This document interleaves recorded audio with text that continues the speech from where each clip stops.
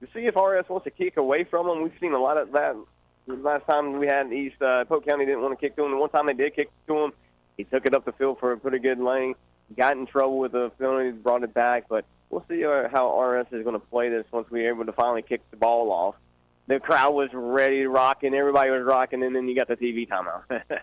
Yeah, of course, if you're RS Central, you can't really kick it to the up man because your up man for East Rutherford, smartest decision I think Philip Russ may have made. He's a smart coach. Brandon Pinkerton's your up man. Yeah. So even if you kick it to the up man, go, oh, well, we can settle for the 35-yard line.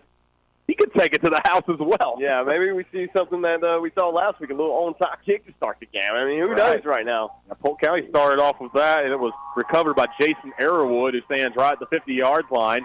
And we are underway. Student section fired up. The TV timeout is over. Yeah. And both teams are fired up. Reagan Holly will kick this one off as RS Central and East Rutherford meet in a county clash televised game. And, of course, your WAGY game of the week here in Rutherford County. Referee blows his whistle. Reagan Holly checks on the team. He runs up, and toe meets leather. We are underway. A little squibber on the ground. It bounces by a Cavalier. It might have been touched. Jackson has to run all the way up to grab it, and he's swarmed by a whole host of Hilltoppers about the 18-yard line. Could have been disaster for the Cavaliers, and a great start to the game for RS Central. Yeah, Hilltoppers saw that. The ball was touched. They had to try to get on it quickly. Hilltoppers seeing that. We already see how fast the Hilltoppers are. They are quick to the ball. To see if that plays out on the defense side of the ball, because they're going to have to attend to a fast-paced East Rutherford team. Kickoff sponsored by Freedom Financial, guiding your financial freedom across generations. First and 10 to 18 for East Rutherford. Flynn in the pistol set will hand off up the middle to Pinkerton. Pinkerton makes a nice move and then falls forward ahead. And if it wasn't for a short tackle there by Jacob Hudgens, he would have been gone to the house. Already you can see that offensive line for East wins that battle against the defensive line. You pick up a 9 on the gain, and 2nd and 1, you're playing against ahead of the chains. Playbook's wide open now for East. 2nd and 1 for East Rutherford. Blake McClellan goes in motion. He's one of the 2 receivers out there. A heavy line for the Cavs. A little screen pass out to McClellan. He's got the first down, gets a good block, makes a man miss, goes inside of the 40. The 40 runs over a defender at the 47. There's a flag there, maybe for taunting, but what a Blake McClellan, and for the moment has a Meatpub's first down off the reception. You want to talk about setting tone.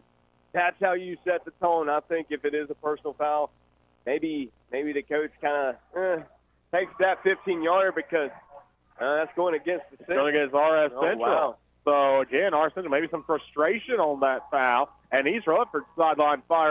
First BAM LLC penalty flag for the first Meatpub's first down. They're going to say a late hit out of bounds, so someone must have shoved McClellan on the sideline, moves the ball all the way up to the RS Central 39-yard line. First and 10 for East Rutherford. They'll move McClellan in motion, fake the handoff to him, give the Pinkerton up the gut, and again a saving tackle by, I believe, Hudgens once again. Or pardon me, yes, it was Hudgens again, so Hudgens going to work early, but still a 4-yard gain for Brandon Pinkerton. Again, sets up a 2nd and manageable. Again, that playbook's wide open. You saw the quick out just a minute ago, pick up 15, and then another 15 for the Cavaliers with the penalty. They're starting to work pretty quickly right now for the Cavaliers. And again, 6 little screen pass to the outside. This time it's to Matthew Pinkerton. Down the sideline, gets a block, shoved out of bounds, and Matthew Pinkerton gets all the way down to the 13-yard line, and that's another Meat Poblito first down. So Landon Flynn, 2 passes, and both of them have been about 20 yards. So you see what East is trying to do already. They're trying to get the ball quickly out of Flynn's hands and let their playmakers make plays. It's working to perfection as of right now. First and 10, hand off to Brandon Pinkerton up the gut. Hudgens grabs down and pull him down. Actually, that was Lathan Metcalf, and Lathan Metcalf, big boy, 6'4", 291. One of the junior captain on this team, and holds that to just a 2-yard gain. Finally, the defensive line is able to get penetration into that offensive line and take them down. Now you're kind of back over to the Hilltoppers, and they got them in 2nd and long. Now it kind of opens up a little more for the Hilltoppers to maybe bring some pressure now. They haven't been able to do that thus far. tonight. Second down, 8 for East Rutherford. Ball at about the 17-yard line, and a flag there, a BAM LLC penalty flag. Second of the game, this time on the East Rutherford. This will be a false start penalty. That's BAM LLC, onside event support for businesses, schools, and churches. So now East Rutherford, after the penalty, ball moves back. The ball was at the 14-yard line. Ball moves back to about the 17-yard line. You cannot have those penalties. You have a great drive going. And off to Brandon Pinkerton. He picks up all those yards back and more and just falls forward to about the 11-yard line. But it'll be third down and a chance for RS Central to get off the field. And then Pinkerton says to me, Justin, don't worry about it. I got us. I got us. Always good when you can have a running back that can do that. That was his fourth rush already of the ball game. It was third down, about 8 for East Rutherford. Hard count, and they will get RS Central to jump. Another BAM LLC penalty flag on the Hilltoppers. Now that sets up third and about medium. Yeah, it's just a beautiful hard count right there. Looking like Aaron Rodgers last night, Flynn is. And now you got 3rd and 3, 3rd and 2 for the Cavaliers. Looking at, again, playbook's wide open for them. They'll hand off to Pinkerton, finds a lane, gets stuffed right at the line of scrimmage. He'll maybe get a yard. That was a collection of Hilltoppers there, led by number 7, Mason Kennard. And now fourth down, and here comes the heavy package for East Rutherford. So as much success as East has had so far on this opening drive, this could be a huge statement for the Hilltopper defense to be able to hold them here on this 4th and 3. Extra blockers in there include Alton Freeman and Ja'Carry Davis. Fourth down and 3. Flynn hands it off to Pinkerton, finds a lane, gets outside, and he'll fall forward. I think he's right at the line of the game. Took a shot. It's going to be very close. I think it's to about the 3-yard line. I think he's right there. Good tackle, and they're going to give him the first down. Marcus Hoover made the hit, but not in time. That's a Meat Pub's first down. Meat Publita Mexican Restaurant. Order ahead for easy pickup at Meat Pub's.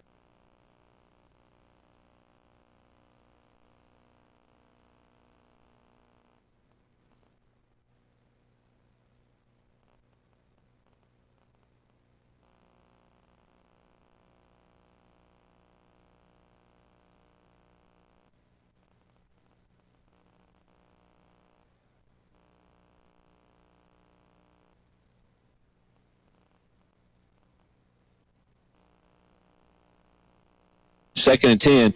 You got 2 receivers left, 2 receivers right, run and shoot offense. Chastain takes a snap. He's falling some pressure. Amir Starr, he gets past Starr the first time, but Starr drags him down for the sack. The senior showed up on senior night.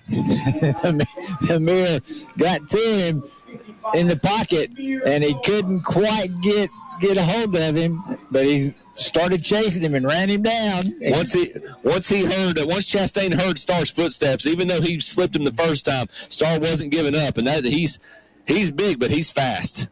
Yes, yes, he is. That was good right there.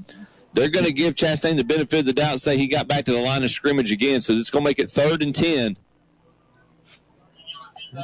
But again, we've seen their propensity to be able to pass the ball on the last third down, so be mindful of that. Here, the defensive backs have to be aware. This is good. They really need to come up with a stop. 3rd and long. So Bessemer City will have to punt. Chastain takes a snap. He's looking to pass. He's got 1 receiver out. They shot instead of the bubble screen. Number 2 slips 1 tackle, but he's going to be brought down from behind, and that's going to be maybe a gain of a yard or 2. It'll be 4th down. That was Walter McCoy on the catch. Yeah, and it looked like I think Justin Harris was in there on that tackle. It's hard to say. It was a pile.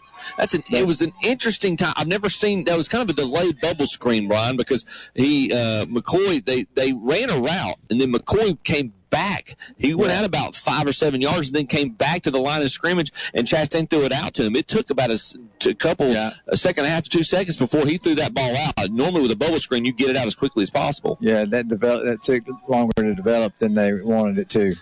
4th down, but we have blown whistles calling the play dead. And now they're going to take away 5 yards from Bessemer City on a false start. Yeah, that was – and Kerrigan Maddox was one of the defensive players for Cherville on that last play. And according to our roster, Kerrigan is a freshman, but he's in there on this defense, and that's excellent. Well, if they wanted it to be a surprise, it's not a surprise anymore. Rayshawn Sewell back to receive this punt for Bessemer City. A delayed punt, and the punt goes sky high, straight in the air. It does get a Bessemer City bounce, but it advances maybe 10 yards. Yeah, the ball is going to be spotted on the positive 46-yard line for Cherryville. Yeah. So that would be a net 6-yard punt, I believe. I believe you're right. I was going to say 6 to 8 yards. It was really high. It was a high punt, it was straight up. He took out his lob wedge instead of his 5-iron on that shot. Yeah, he did. And it did give a Bessemer City bounce, but still, ball was straight up in the air. It was a Phil Mickelson flop shot instead of a punt. Yes, it was. So 1st and 10, Jaden Adams out of the shotgun, twins right, one receiver left. Hands off to Jackson. Now to fake to Hebner. Adams now going to try to take it to the outside. He's going to gain about maybe 5 on the play. He faked it to Hefner. Hefner was going to the right, and Adams just took it, kept it, kept going to the left, and he fooled him for about 4 yards. That's a good run. One thing I wanted to touch on, too, as we get ready for they're going to say is about the gain of 3. So 2nd and 7. Again, same setup. 2 receivers right, 1 to the left. Adams takes the snap, hands off to Hebner. Hebner rolls out of the first tackle, but then is met again. Gains maybe about a yard or 2. I tell you what Bessemer City is doing. They're lining up a defensive back over there, number 4, Eric Haddon. They just had him coming. And if I'm not wrong, when Hefner lines up in the backfield, I believe that kid that's his target. He's Hefner basically just a spy. He's a spy on Hefner, yeah. He is spying on Hefner. So now Cherryville has trips right, including Hefner. Justin Harris in the backfield, I believe, with Jaden Adams. We've got Chase Goins by himself here on the left. Harris moves from Adams' left to his right. This one handed off to Harris. Harris trying to turn the corner, but going nowhere. And so this is going to bring up 4th down. Brian, I'm a little confused right now, and I'm going to be completely honest with you. You just had a handoff to Justin Harris, right, and trying to have him run to the outside and turn the corner. That's not Harris's game. Right. His game's between the tackles, north-south. They've been handing it off to Hebner. Hebner's had about 4 handoffs already. 3 of those have been between the tackles. That's not his game. His game is to get him ahead of steam, see if he can start going east-west to build up speed, and see if he can turn the corner. That's where he has some of his most successful runs. It's like they're using them in reverse. And maybe that's part of the game plan right now. Maybe kind of a rope-a-dope and lull the defense to sleep, think they're going to use Harris. But it looks like we might have had a Pete's Fish Box penalty flag, though. Absolutely. So they're going to get a personal foul face mask. Right. So even though they brought Harris down, they brought him down too aggressively and used the wrong piece of equipment. Yep. So that personal foul is going to give Cherryville a 1st down. 1st and 10. Yes. That's right. Adams takes the pass. He's tossing it out. And that's going to be complete to Hebner for a gain of about 5. He's brought down. That was a nice little out route. Mm-hmm. About a 10-yard back to 8 out route. They're going to say gain of 7 there after the Medical Center Pharmacy of Adams. Cherryville 1st down. Adams made a great throw there. He timed it right. It's a good catch. That's the offense working. That's the way we practice it. Now, we're already under 2 minutes to go here in the first quarter. No score. Cherryville starting to threaten, though. They are knocking on the door of the red zone. Receiver to the right, receiver to the left. Adams takes the snap. He's going to keep it. No, this is a direct snap to Hebner. Hebner spins out of one tackle, and he's going to be brought down again close to the 1st down marker. I think he's got it. Yeah, this time Hebner out of the Wildcat. Yeah, I believe Hefner got enough for the 1st down there. Let's see. Yep, they're moving them. Fish on this end said to move them. They're still waiting for him to go. Maybe he's just talking about the down marker. They're on top of the down marker. They're signaling this. Yeah, it's like, please move. I was going to say the down marker's on top of the yardage marker, so it has to be a 1st down. And that's another Medical Center Pharmacy of Cherryville 1st down for the Ironman. Another direct snap to Hebner. Hebner trying to find some room up the middle. Gets a little bit and then brought down. And his forward progress was stopped. Never did go down, but the officials, rightfully so, blew the whistle. pick up about 3 yards, 3.5 maybe. I'm a little, and Brian, you might touch on this more than I can. We're moving the ball. Don't get me wrong. I'm just a little surprised. They're utilizing Hebner on plays you normally would see Justin Harris. Yeah. And the one time they used Justin Harris, it was try to run on the outside that's normally tailor-made for Hebner. They've got a little bit of misdirection going on with and I think that's what they may be trying to do because they feel like Vesper City expects Harris. And now here's if he can turn the corner, but they were not able. The weak side was not fooled. They tried to set up the reverse from Hebner to Najee Whitworth. Hebner again taking the direct snap, but Whitworth brought down for a loss. And just like that, we're through one quarter of play. That's the fastest quarter we've had all year. Especially the first quarter. That's exactly right. So as we look at the No Malarkey, Mr. Sparky scoreboard, we got a bunch of zeros up on the board. No score, no time. We get ready to head to the second quarter. You're listening to Cherryville Ironman Football on 92.9 WCSL, 1590 AM. Brought to you by Bud Busters of Livingston. We'll be right back. A yard and a half. Yeah, about a yard and a half. Man. Let's see. Looks like maybe the field goal unit coming on. If Chris, I tell you, Paul, with the way this drive started, kicking off from the 7, if you hold them to 3 here, that's a win for the defense. I couldn't agree more. Let's see if the Chargers can prevent this field goal. It will be Matthew Rome coming out, the senior kicker, and this is going to be about a 24-yard attempt. However, we've got a timeout. Kings Mountain's going to burn one. On the Stanton Enterprise McDonald scoreboard across from Gardner-Webb University, 3:31 to go in the first quarter. Crest 7 and Kings Mountain nothing on KTC Broadcasting.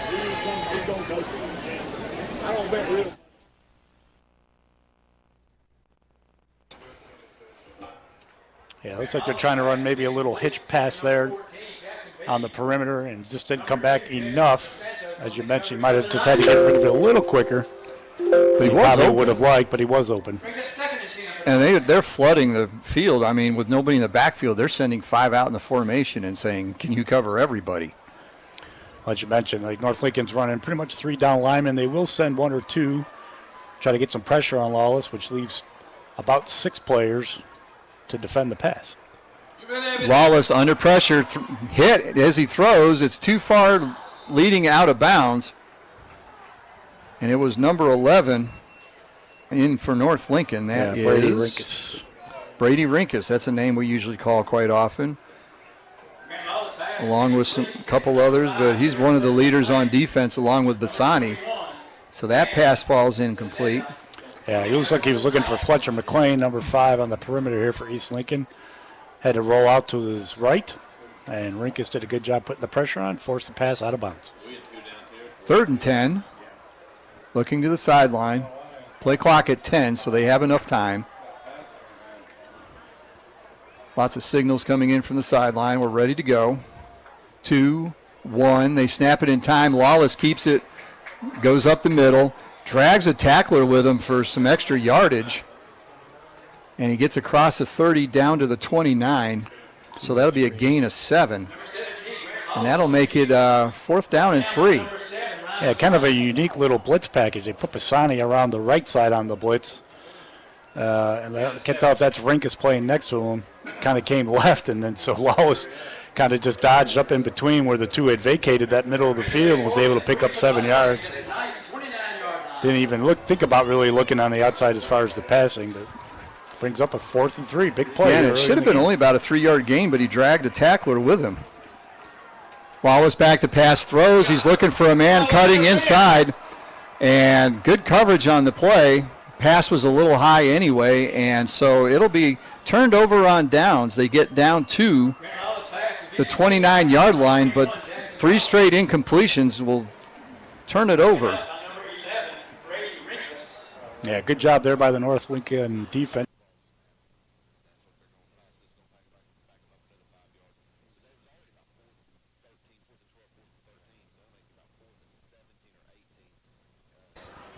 As we got 3:18 to go in the first quarter. Yeah, East Lincoln maybe had the ball for 3 minutes with all the incompletions. Yeah, because the clock keeps stopping.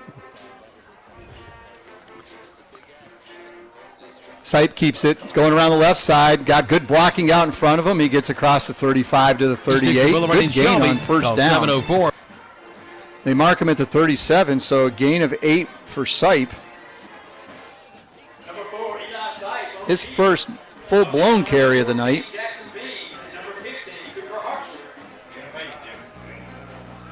Yeah, we kind of mentioned earlier that four-headed monster for North Lincoln with Sipe at the quarterback, Wingate at the fullback, and Folk and AG on the perimeter. And that was a great job again by Sipe, picking up 9 yards. Keeps it. Now he makes the pitch out to AG. AG gets a first down across the 40. Then he's shoved backwards. Forward progress will be to about the 41-yard line. So it's a gain of 3 on the play, but it's enough for Turner Hauser Insurance, first down for the Knights. So one James River Equipment field goal is all the scoring we have so far, 3-0. Although the scoreboard does say 3-3. I'm not sure about that. Handoff up the middle, Wingate just drives forward with a pile, gets to the 45-yard line.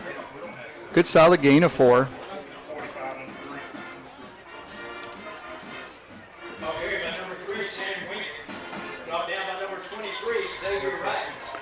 Well, now they got 9. Hey, good job there, East Lincoln.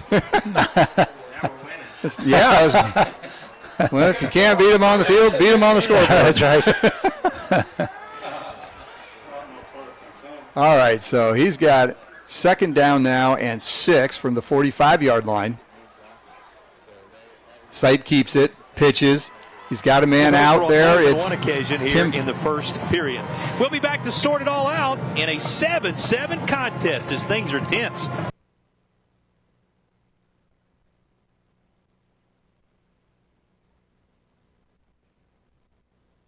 All that delay. Fakes the handoff to Splin. Josh back has plenty of time. Fires it deep for Goolsby. Goolsby able to find it. No! He looked like he had it about the 28.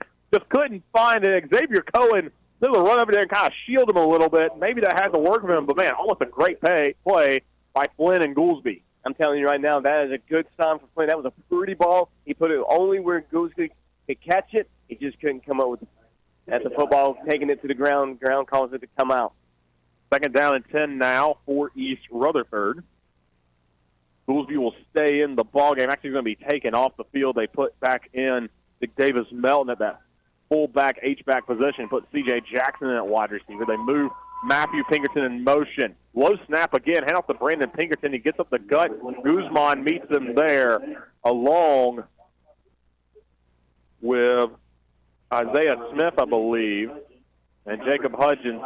Some low snaps so far on this drive, and got to wonder if that's just kind of the emotion, kind of wanting to jump and get ahead of your system. Flynn's been able to handle him, but you got to wonder. There was one a couple weeks ago against North Lincoln that went over his head. That was for a touchdown final night. Yeah, you got to get those under control if you go.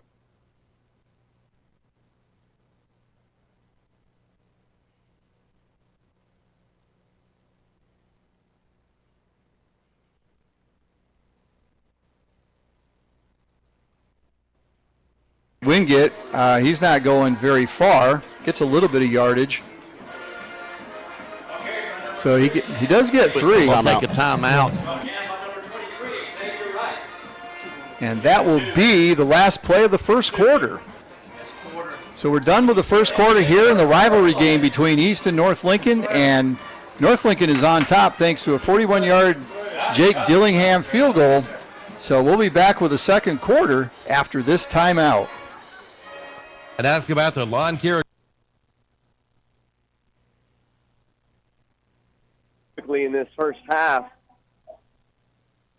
RS again still, just has to get better control of the line of scrimmage. They still are losing that battle right now. Already 12 carries for Brandon Pinkerton. This time they fake it to him. Give out to C.J. Jackson off his hands, incomplete on the quick screen.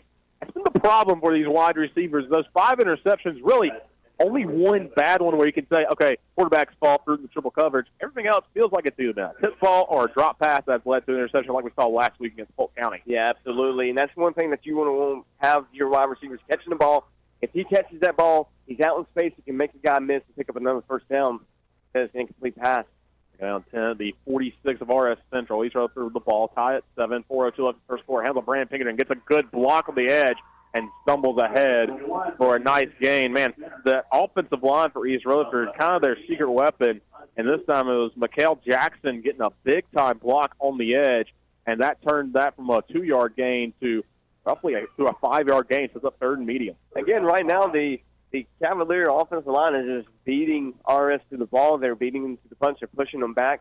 And like you said, a couple missed tackles, jump cuts here and there, and you're picking up 5 yards at a time with Pinkerton. 3rd down and 5 for East Rutherford. Tied up at 7 in the first quarter. This time for the screen out behind McClellan. He's able to make the catch, and no one's in front of us. Blake McClellan down the sideline, and he will score. Touchdown, Cavaliers. One they missed. They made them miss, and then it was another house call for the Cavaliers, going up 13, waiting on the extra point. That found an electric touchdown by Blake McClellan off the 41-yard screen pass. All fountain, the Fountain team at 828-287-4343. And Queen will try this extra point to put the Cavs up by 7. Here with 3:12 left the first quarter. The snap is good. The kick is up, and it is no good. So that could be a key system here. We'll have to keep a pin in that one. With 3:12 left on the Santa Enterprise McDonald's scoreboard, home of the world famous French fries, it's East Rutherford 13, RS Central 7. This is Downtown Radio, WAGY. Polaris Deal Days are underway at Full Throttle Power Sports in Lowell. Now get up to $3,000 off select off-road Polaris vehicles. Built to go, priced to move. Also, it's the CF Moto All Cylinders Sales Event with financing as low as 0.99% or rebates up to $1,500 and get Honda bonus bucks up to $1,500 for accessories, protection plans, or for your down payment. Situational awareness. You want to maintain your spot, maintain your position, hold your lane on defense. Make sure and do your job. Keep the offense in front of you. Don't let anything get behind you. Don't let them convert this, because that could be a huge momentum shift. Yes. Yeah, you're playing for momentum right now. You don't want to take anything for granted right now. You're playing for field position too. You've got them back almost on their own 30. Yeah, and you need to stop them right now before this half. 3rd and 22. Chastain takes a snap. He's looking to pass. He's going to take it deep down the field, and it's bobbled. Is that going to be intercepted? No. They're going to say Jackson Hebner didn't get his hands underneath it, so incomplete pass. And honestly, it might be better that he didn't get that. Yeah. Because now the ball comes back to the 29. Paxton Pruitt made a great play on that, and knocked the ball. He got his hand on the ball, and Jackson he dove for it, trying to catch it. He laid out for it, but he couldn't quite get to it. So it does Bedford City still has the ball 4th down and a long way. They're going to be punting. So punting from their own 31. Cameron Rice, it looks like, it's going to be punting it away. Hebner and Rayshawn Sewell back to receive this punt. Now let's see. The last punt was a sky-high lob wedge. This one's a little bit better. Down the field, it gets past the 50. And this time it bounces sideways, so it's not going to advance very far. So It was really low, went down to get him. We did. He ended up being on one knee with the football. The officials seen it, and that's a safety for the Chargers, and now they'll get the ball on the kick. That was the kicker, Matthew Rome, taking the knee off of a low snap on that punt. It works out for Crest on the Stanton Enterprise McDonald scoreboard. 23 seconds to go in the first. It's now the Crest Chargers leading the Kings Mountain Mountaineers 9-7 here on KTC Broadcasting. Tired of pests and bugs around your house? Do you see signs of termites, wet basement or crawl space, mold or mildew? Call the best. Call Neeline Cole, a local termite and pest control.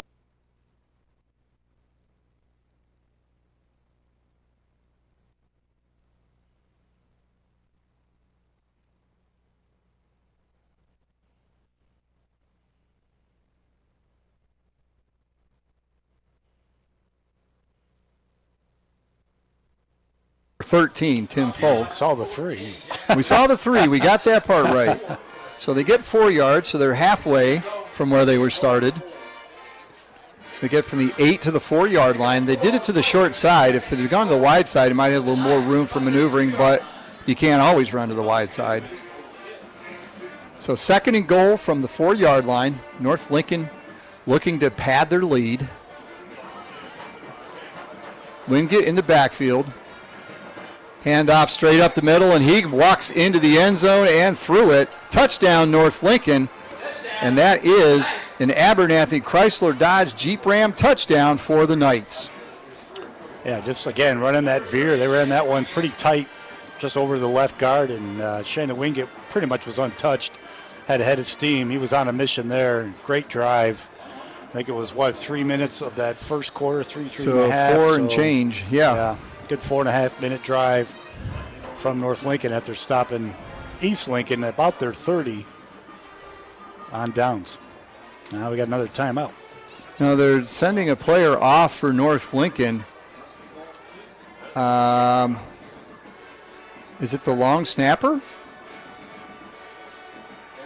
Is it Dillingham? I mean, did I miss? They sent the kicker off? I'd like to know what that's about. I'm sure there's a good story. So now they will, Sipe will come in.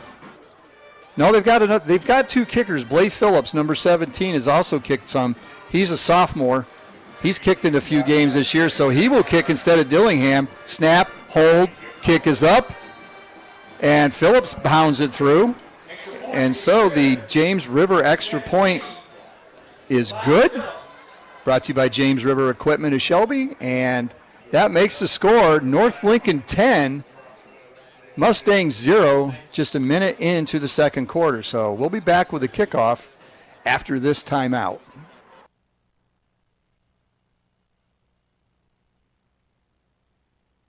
See that one. Where it was thrown, I thought it might have been a holding penalty. False start, huh? Okay. All right, so it'll be 1st down and 15 for Burns as the nice play wiped out. Got to do it again. Double wide receivers in. How's that not offside? Guess like we're not. Shelby guy jumped off. You're right. Guess we're not calling that tonight.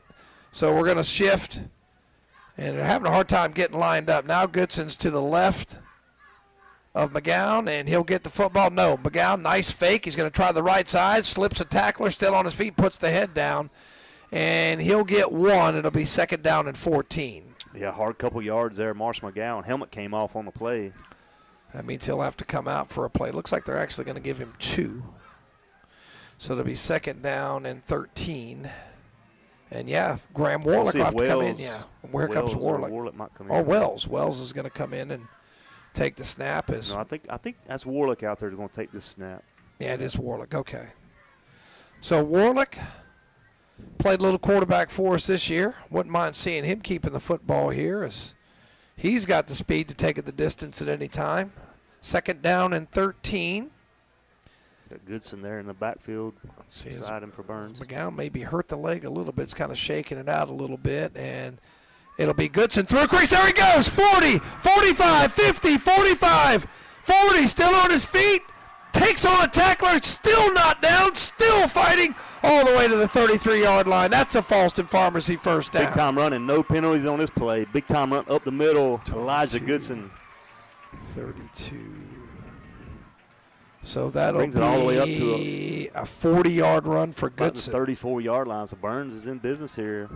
So 40-yard run and a Falston Pharmacy 1st down. Yeah, Falston Pharmacy 1st down there. Or they marked it back a little bit, didn't they? Yeah, I thought he got up closer to the 30, but good run there, Elijah Goodson. I tell you what, he just refused to go down. Double wide receivers to the right. McGowan in the shotgun. Wilson on his left hip. He's going to do the quarterback power. Through a little crease, puts the head down. He falls forward across the 29. It'll be 2nd down and about 6.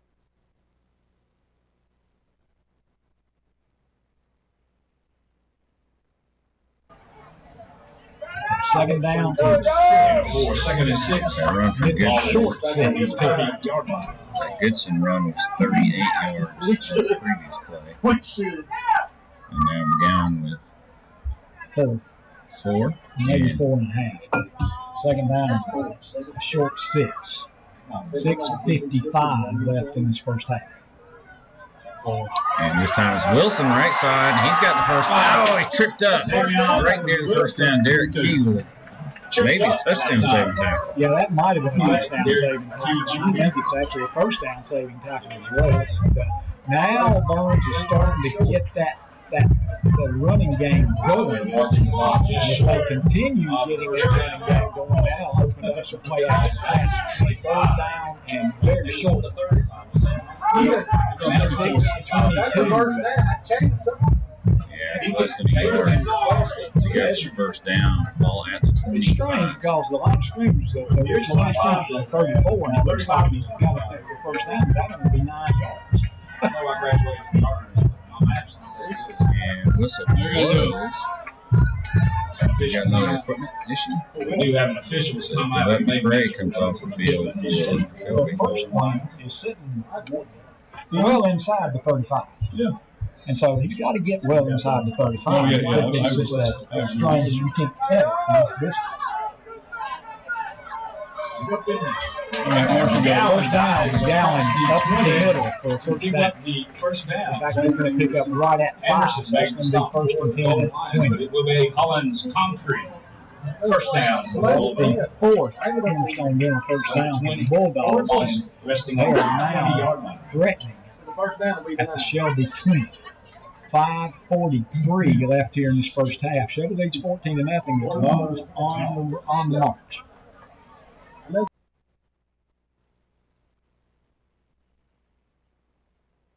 Stutter steps, powers forward, maybe 2. Second down and 8. Yeah, try to cut it outside, cut it in. Not much doing there. Max Davis, second and 10, as you said. Xavion Wilson checking back into the game. Yeah, they only gave him 1. So no love for Davis.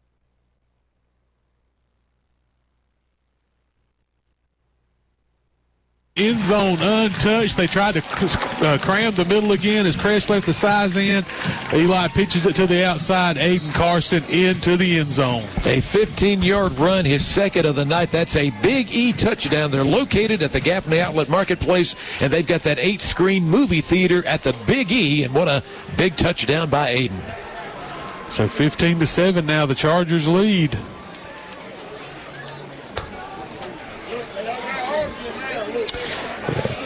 Just a 2-point lead, and that was the fault of Kings Mountain when they were going to punt the ball out of their own end zone, and the punter, if it was just accidental, I'm assuming he went to his knee, and that was a safety. It was that simple.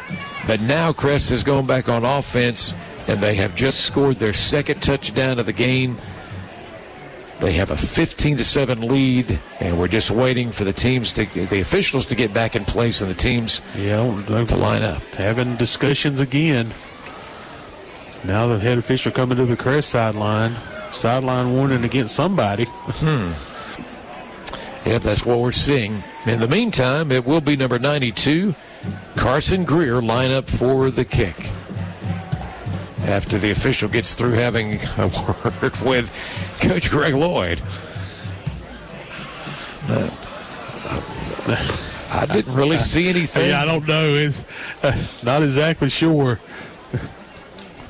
By the way, we got a packed house here tonight, as expected, on the opposite side of the field. We got a lot of fans on the hill tonight because they ran out of room in the stands. Yeah, absolutely. Look across the far side, and then you look here on the Crest side, all the way down to the old field house, all around almost to the scoreboard, lining around the hill. So a great crowd here tonight for this county matchup. Yeah, we wouldn't expect anything different. You got a county rivalry game, Kings Mountain and Crest, just like what's going on with that Burns-Shelby game, I'm sure. Did see our good friend Trey Albright before the game presenting checks from the Booster Club to the feeder schools for Crest High School.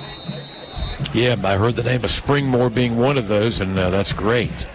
Now we're ready for Greer, and that extra point, Melton will hold. Greer's kick is through the uprights. It's good. On the Stanton Enterprise McDonald's scoreboard, home of the world-famous French fries. 9:56 to go until halftime.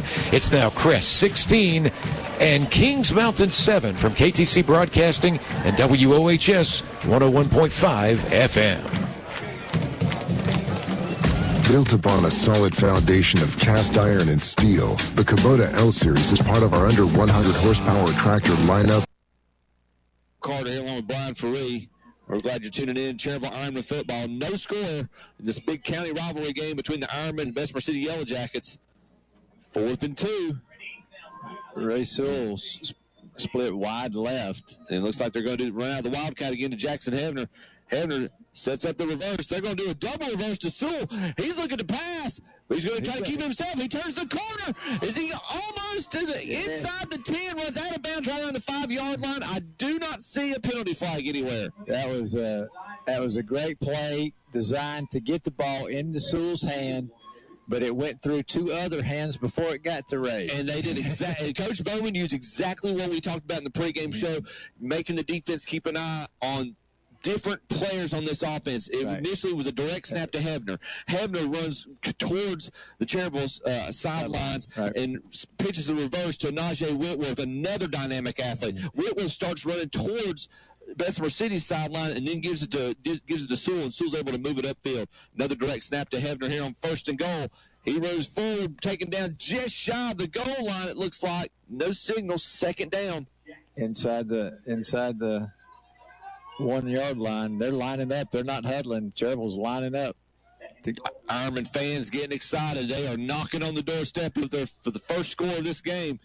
Hebner with the direct snap. Pounds his way through. Did he cross the plane?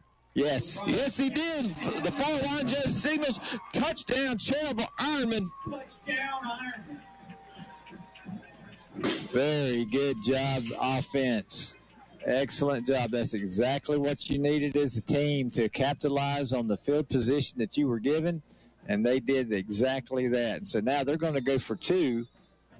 They're going to go for 2 for the PAT. Jackson comes over, has a discussion with Coach Bowman. You could run almost the same play again because they were basically 2 yards out there for that touchdown run. Looks like Jackson may get the ball from the center, receive the snap from the center.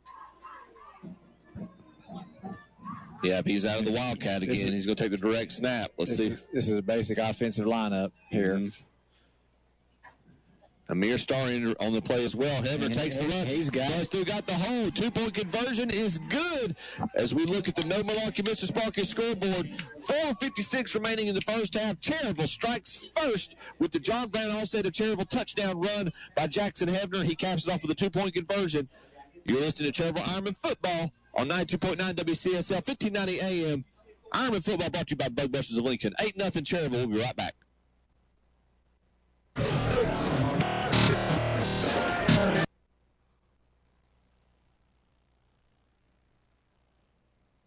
Running a Falston Pharmacy first down. KJ Husky there on the tackle for Burns, but like I say, not before he got a big gain into Bulldog territory. So another first down for Shelby. They hadn't had the ball in a while. If you're Burns, you definitely want to keep them out of the end zone this half. Don't want another score here. So different here. Shelby so quick to the line. Burns been huddling up as Farmer. Look how big he is. He's huge. He's got the ball, got time, looking, still looking. Now they're after him. Wilson's after him. Throws, knocked away. Max Davis on the yep. So Davis with the pass breakup. Yeah, good job, Max Davis on coverage. So that was, he just reached in there at the last minute and smacked that away, and now it's going to be 2nd down and 10. Yeah, Farmer put it where he wanted to, but Davis was there just in time to deflect that ball. That kid's got to be about 6'3" or 4 at least. He's a big old kid. And Tate, boy, look how much bigger he is. They got him 6'3", 215.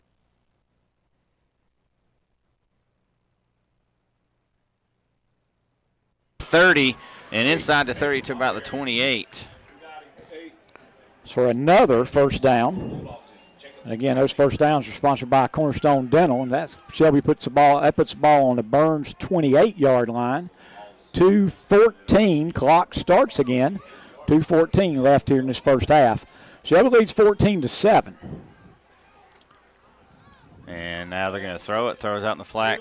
Majay Thompson's got it. He can't get off the Max Davis. Max Davis again with a great tackle. You get the ball to Majay Thompson. He's got a blocker in front of him, but Max Davis, that was just textbook. Got his hands out, locked out, and then found Majay Thompson and made the tackle for a loss of 1, Brent. Yeah, and Thompson was doing what he was supposed to do. He was waiting for the block to be made, and Foster just couldn't get Davis turned. And now they're going to pass it the other way, complete to – no, it's dropped by Collins. It looked almost like he had it, Jeff, and he started taking a step forward, and the ball came loose. And, of course, you heard the guys up here saying pick it up because you never know. And it's not a bad idea. No. This is a huge play now. After Shelby has driven the ball now, they're 3rd down. The clock is stopped. There's 1:27 left. 3rd and 11. Probably 4-down territory. Yeah, outside of field goal range for sure.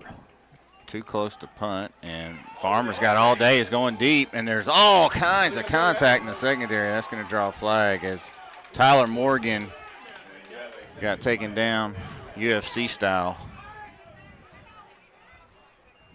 And let's see what the call is.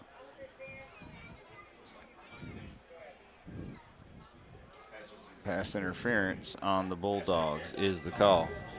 That's a 15-yard penalty in high school, and the spot of the foul was the spot of the line of scrimmage was 31, so they'll take it down to the 16 and give Shelby a 1st down.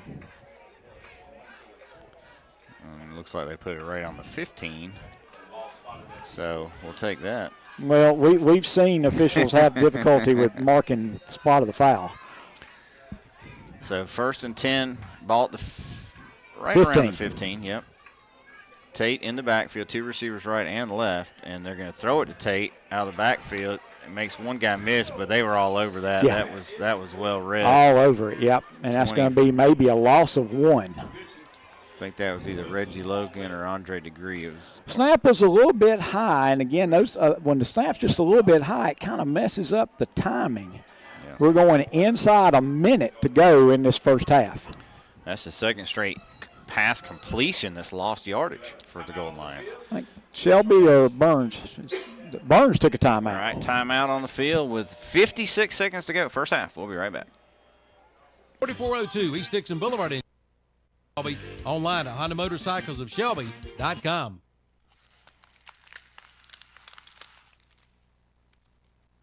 The fall garden and flowering plants have arrived at Hometown Hardware in Kings Mountain. Come check them out for your home. Also grass seed, lime, fertilizer, pine needles, and straw. And ask Mr. Bolt about their canned food items, including jalapeno eggs, red hot Polish sausage, local honey apple butter, and Lickety-Lou's barbecue. And add spice to your charcoal with Kingsford charcoal flavoring. 4 flavors to choose from. See Mr. Bolt, Howard, or Kyle and leave with a smile at Hometown Hardware, 110 South Railroad Avenue, Kings Mountain.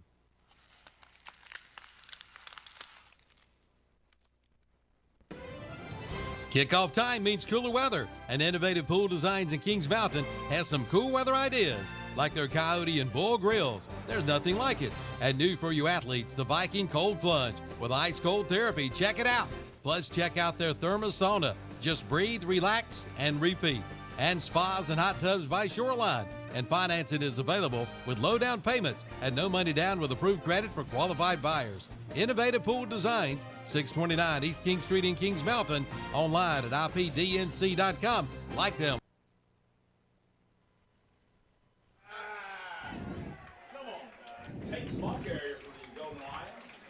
Tristan Tate on the carry. Again, snap just a little bit high. I don't think that had anything to do with the difficulty on the run, though, because there just wasn't a whole lot of blocking up front. And the Golden Lions take a timeout, and that's going to bring about 3rd down and 10. Shelby takes a timeout, Brent. Yeah, we'll keep it here. And, again, apologize for anybody at home if the commercials are a little off. We don't have ability to hear our commercials. And so. And this. The way our commercials generally look, we can see when they get to the end if we can't hear them. Right. But this setup that we've got, you can't see when the commercial is over. So, doing the best job we can. Big play. We're 45.5 seconds left in this first half. Shelby's got 3rd and 10. That penalty actually took it all the way down to the 14, obviously, Sure did. because now the box is squarely in front of the first Yeah, it's definitely yard inside marker. the 15, and the down and yard marker are at the same spot. So it's 3rd and 10, but it's at the 14-yard line. So it is in Jose Lopez field goal range, Jeff. So you don't have to get the touchdown. I'm sure they'll throw one to the end zone, though, because they would rather have 6. But you are in Jose's range should you not pick this up. Empty backfield as Tristan Tate goes in motion, but there's a flag down. And false start on Shelby. That's only the 2nd penalty on Shelby tonight, but that's a pretty tough spot to give it up. So. Well, yeah, because now you're kind of on the edge of Lopez. Yeah, that just took field goal range. Kind of from in the comfort zone to the discomfort zone, and now Farmer's going to throw. He's going to roll right. He's got pressure from behind. He throws it, and he's picked off. And there's all kinds of room to run for the Bulldogs out to the 40.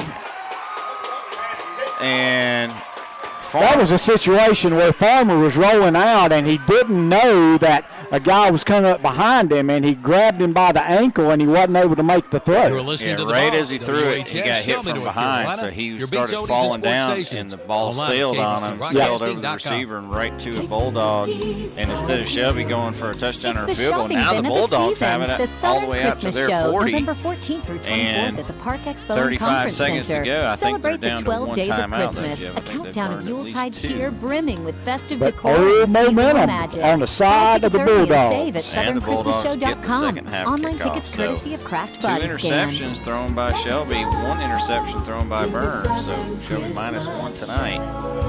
That one hurts. They were in the red zone. Hi, I'm Miles Bridges of Come the up Charlotte empty. Hornets. And now Here's McGowan Hornets completes it basketball out on the boss. in the flat for a first down across midfield. 101. And out of bounds. And that's Surratt, the one guy you can afford to leave open. KTCBroadcasting.com. Gets 11. The sanctity of our battlefield, 28.7 seconds left. is of utmost importance to preserve military history and pay Got an respect to injured those Bulldog, who fought so for our freedom. we'll take a Moss time out Realty here. in We'll just take- Gastonia takes this time to salute our veterans. America's veterans embodied the ideals upon which America was founded more than 248 years ago. This special Pinkerton, but veteran there's a salute flag is from everyone down, at I Moss believe. Realty.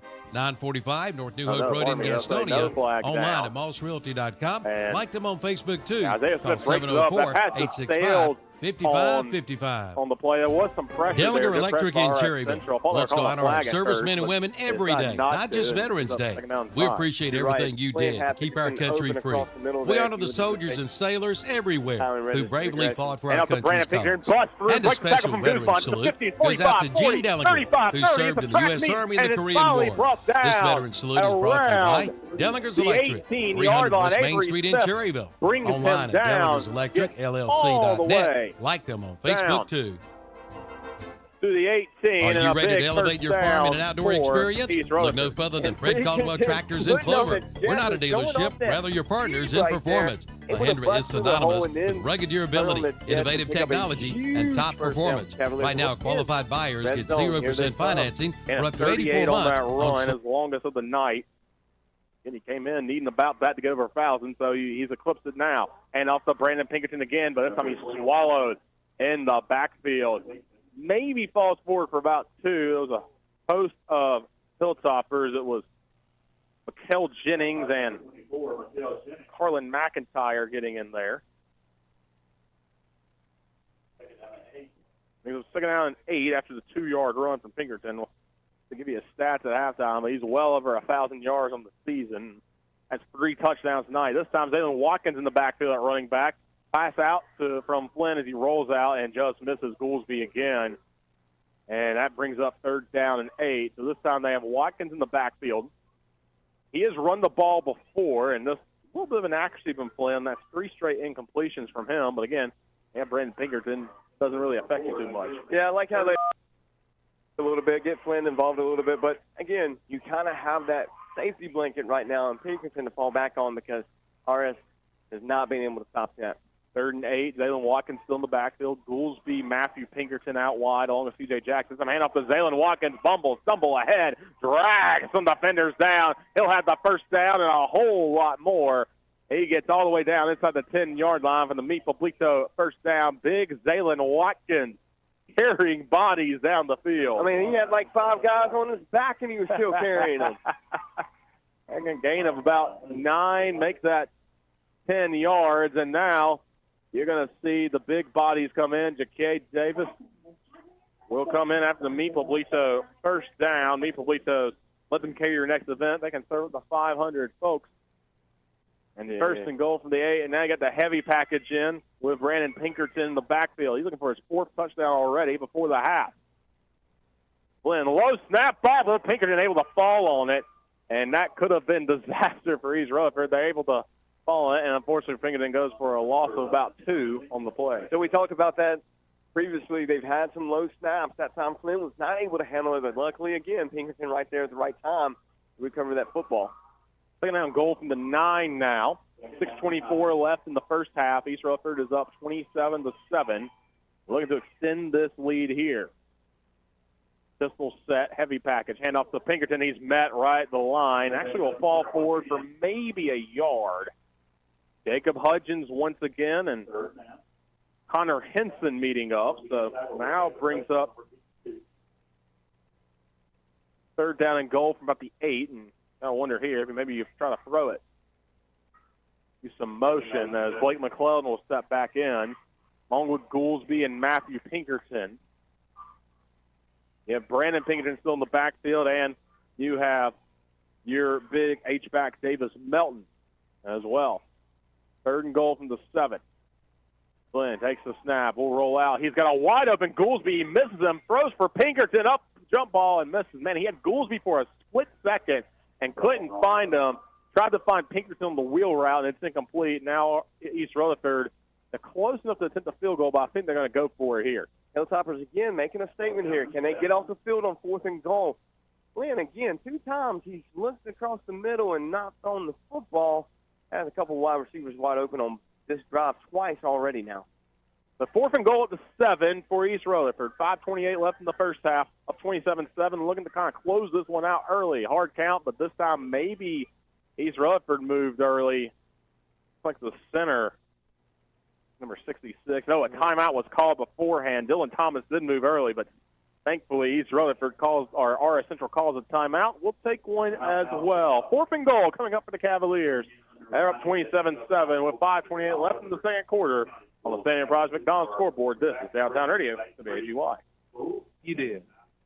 Built upon a solid foundation of cast iron and steel, the Kubota L Series is part of our under 100 horse.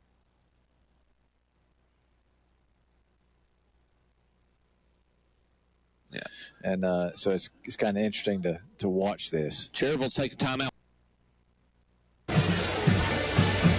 And it is going to be a hold. So a damaging Freedom Financial penalty flag against Crest.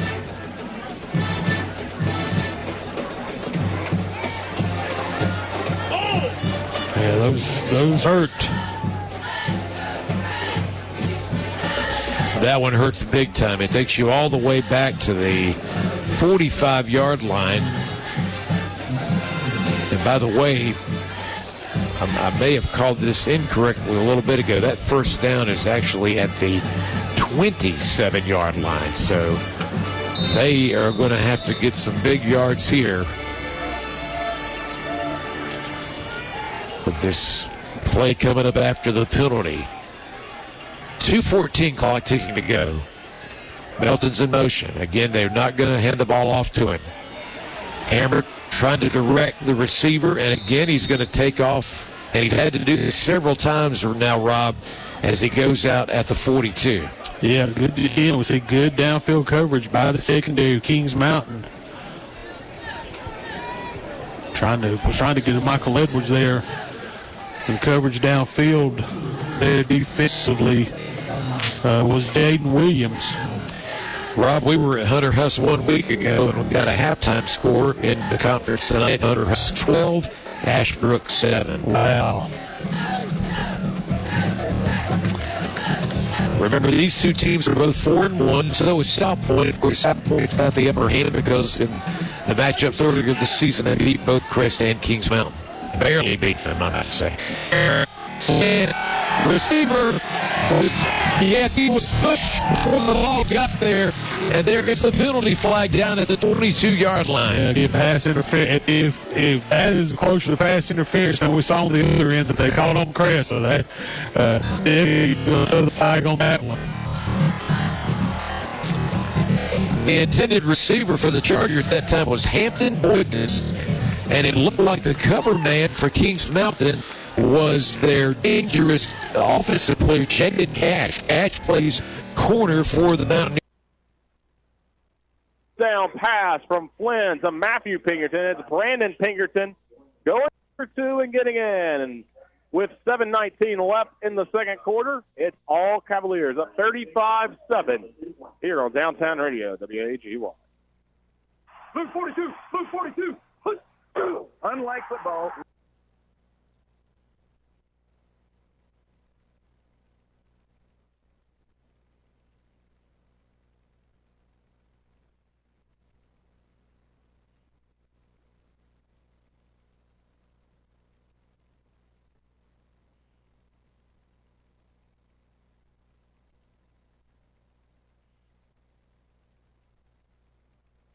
Got a hand on that and disrupted it. Instead, it landed right on target in the grasp of Matthew Pinkerton.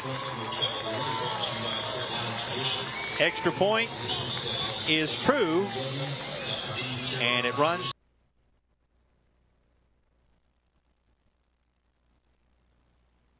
To the 10 to the 5. He's got a biggie touchdown. I told you A few minutes ago, Bessemer City scores twice in a row. They have taken the lead over Cherryville 16-8. You're listening to Ironman Football, 92.9 WCSL, 1590 AM, brought to you by Bug Busters of Lincolnton. Since 1934. That's right, 1934. Watson Insurance Agency is as low as 1.99% APR.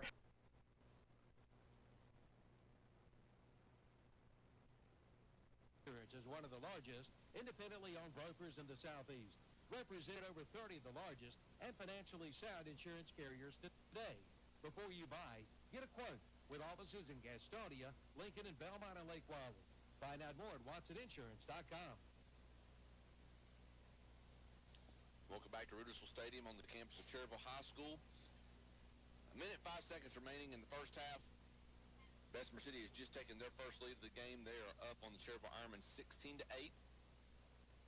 Chip Carter here along with Brian Faree. Bessemer City prepares to kick off. Now let's see how conservative Cherryville is going to be. It might be dependent on how well this kickoff return is. They've got Jackson Hebner, Rayshawn Sewell, and Najee Whitworth, the three guys you would want to be able to return. That's who's back. This one's going to go to Hebner. Hebner's going to take it right at the goal line, and they're not. He's blowing the whistle. They're going to signal him down. The fact that he caught it in the end zone, they're going to say it's a touchback. He didn't signal that he wanted to down. He wanted to. Sooner or later, everyone wants to make their home dreams a reality. I'm sure you've seen the television shows and flip through magazines, and you know what you want. Or then again, maybe you're not sure. You know that you want.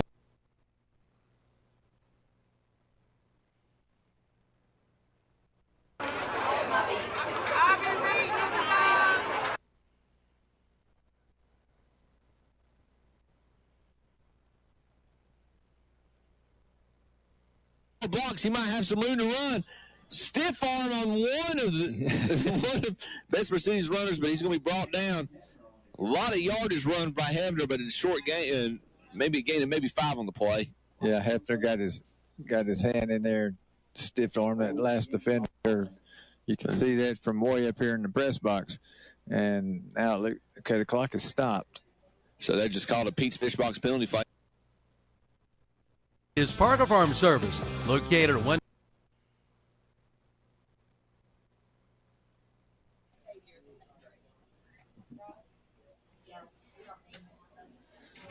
Well, yeah, so still first down. Now you're backed up almost to the 10-yard line. 42.2 seconds remaining, I would think. And you don't want to make any kind of mistake here and give Bessemer City easy field position or easy points. Hand off to Hebner. Hebner trying to look for a hole. He's trying to build some momentum. Decent run. Gets out to the 30. Nice run. Close to a first down. By number 5. That was a great run. Boy, he hit the ground hard, but he hopped right back up. He's a tough young man. He takes a lot of licks, I tell you. He's like a rodeo cowboy. Mm-hmm. He really is. He is that tough. He's tough as nails. I think, Coach Bowman, are they going to try one more play here maybe? Maybe the clock is running for sure. They take the snap. Hey, fake to Hebner. Adams takes it himself. He does get the first down, but he's going to be brought down at the 45. And there's the horn. That's the end of the first half. So all the scoring done in the second quarter. Cherryville scored once, but Bessemer City bounced back, scored twice before the end of the half. Cherryville will get the ball to begin the second half. As we look at the No Malarkey Mr. Sparky scoreboard, Bessemer City leads Cherryville 16-8. You're listening to Ironman Football on 92.9 WCSL 1590 AM, brought to you by Bug Busters of Lincolnton. Listen, 228 East Main Street, downtown Lincoln. Just look. West End Sales of Lincoln. Just look for the big blue awning.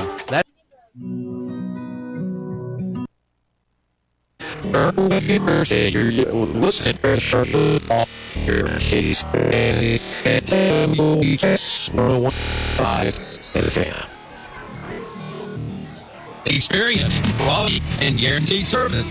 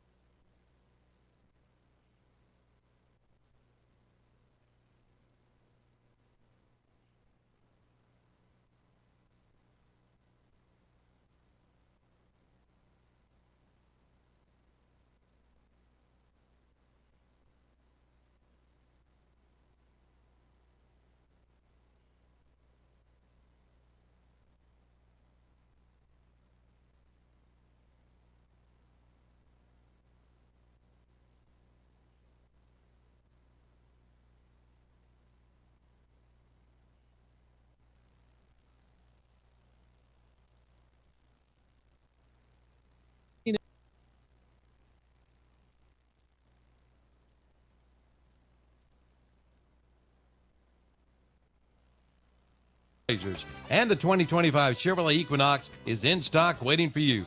And don't forget about the Car Bravo pre-owned vehicles. Drive with confidence and save big now during the fantastic Fun Fall Sale at Abernathy Chevrolet Buick GMC, 1445 East Main Street, Lincoln. Online at AbernathyChevrolet.com. Ram Power Days are underway at Abernathy Chrysler Dodge Jeep Ram in Lincoln. Power on with the strength of a new Ram truck. Now get do it again right here. Handoff to Brandon Pinkerton, a good way to set that up. Pardon me, that's a handoff to Goolsby in the backfield and wrapped up for a loss.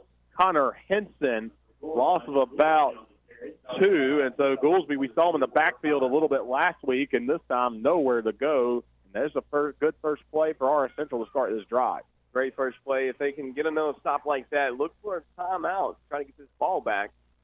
Lynn's going to go deep. Oh, what a pass, and drop. A stutter step. Jalen Hinton got 3 from his defender, Marcus Hooper at the 40, and then Hinton just dropped the pass, and now 3rd and 12.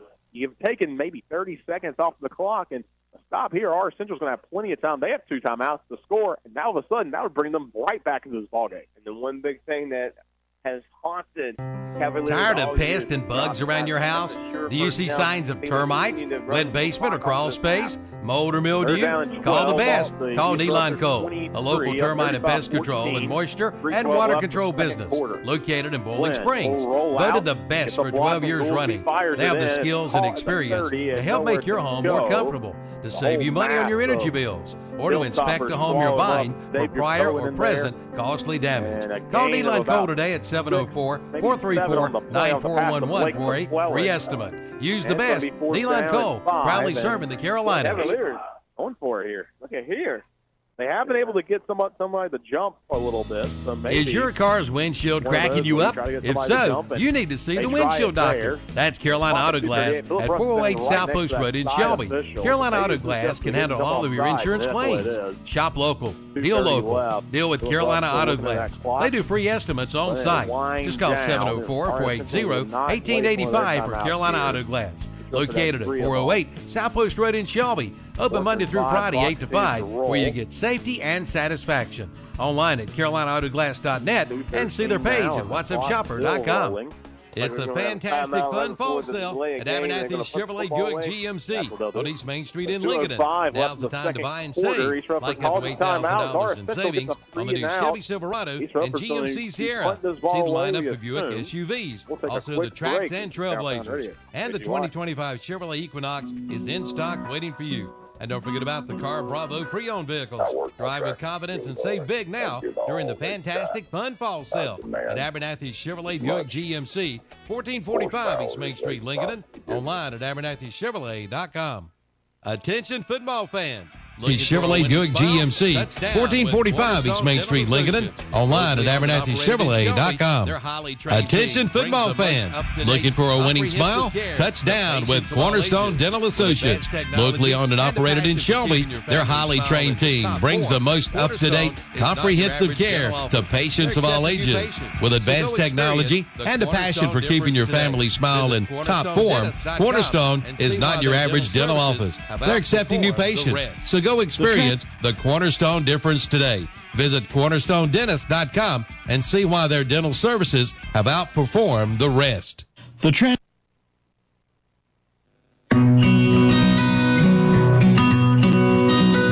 I work my tractors really hard. I give all they've got. I demand as much horsepower as they can possibly give me. I tell you what, I've had these Coyote tractors for probably 10 years now. They've served me well. Been good. Your Coyote dealer is Weston Sales, Highway 18 North, the 27 West intersection in Vail. Are you puzzled by your health insurance options? Let Justin Witherspoon at Witherspoon Insurance Agency help you put all the pieces in place. Justin will help advise and guide you through the hassle of the current marketplace plans. And remember, Witherspoon Insurance sells auto, home, life, health, commercial, motorcycle, RV, and golf cart insurance, plus indemnity bonds too. Call 704-480-9595. Witherspoon Insurance Agency, 125 North Lafayette Street in Shelby. Online at witherspooninsurance.com.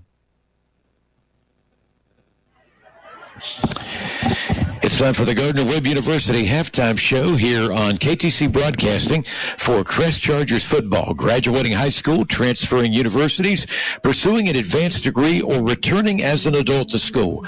Gardner-Webb University. Those were the seniors that were recognized.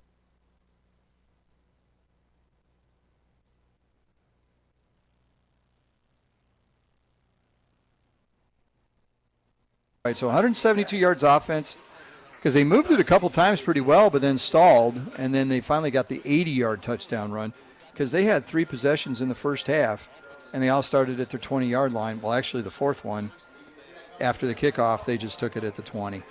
So Dillingham, again, has kept them pinned back. No short fields. MVP might be Dillingham in the first half.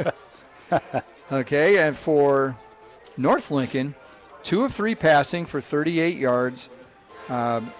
One catch by Aaron Doden for 25 yards, another by number 20, Colton Dan. No, that's Colton Daniels. That's the wrong team. That Agee? Yeah, Landon Agee for 13 yards. Some of that got wiped out on a penalty there. But so we've got, let's see, and 22 rushes for 109 yards. So right about 5 yards a clip. That's what you want for your rushing attack. So you've got Landon Agee, 6 carries for 38 yards. Shannon Wingett, 10 carries for 39 yards. He's been getting a lot of tough yardage inside for them. Number 13 is Tim Folk. He's got 4 carries for 23. Sipe has 1 carry for 8, and Doden has 1 carry for 1. They have a total of 109 yards rushing and a total of 147 yards offense. But only 2 penalties for 20 yards. And they've had much better field position. They've started at the East 49, their own 29, and their 36-yard line. So they've definitely had shorter fields to work with. And they will get the ball to start second half. Yeah, like you say, so I don't know if you want to add some of those penalty yards to their total yards. of the time. But they do have some talented receivers and a talented quarterback who can throw the ball. I'll look for the pass this time, Jason. Yeah, the scoreboard says a couple of timeouts left, but memory serves, we saw a timeout taken down on the other end of the field when they were trying to set up their defensive alignment on the 4th downs earlier. One taken here at the 1:16 mark left to play. And RS with the football on the 42-yard line. Boy, such a consequential play call right here for the visitors. Definitely in 4-down territory this time. Yeah. And with the time on the clock, regardless of what the ultimate timeout scenario is, plenty of time to run a handful more here. Will be kept on the ground. Going to be Little John lunging forward near the marker. Part of the bread and butter for this RS team, trying to make sure they utilize one of the best plays in the playbook to get near the marker. And it's going to be 4th down and about short. Timeout is going to be called as they get ready to spot the football. Well, one official indicated 1st down, and it appears as if all officials now going to indicate 1st down. So a nice spot for RS Central. That will mean a fresh set of downs, and the clock ticks under a minute to play in the half. Little John can ill afford a sack here, and he'll take one. Heavy pursuit by East, and he is swallowed up by this Cavalier defense. 5 guys chasing him around in the backfield. Big 5'6", one of those on the scene for East, and take a look at his good work as the sack is secured by Trevor Jenkins, a senior. Boy, and that ate up so much clock. Inside a half minute now. You see Jenkins celebrate it. Tried to set something up underneath on a screen.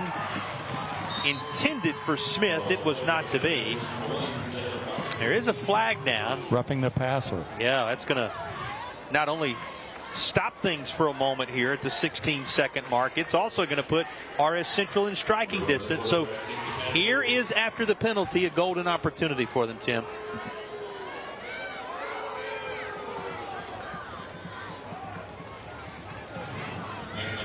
Another look at all the contact as Little John was loading up and trying to create it underneath, and he was well rid of the football. Yeah. I'm surprised. Couldn't have gotten up after that. That was tough. Costly penalty for East for sure. And his 1st down inside the 30. Deep shot.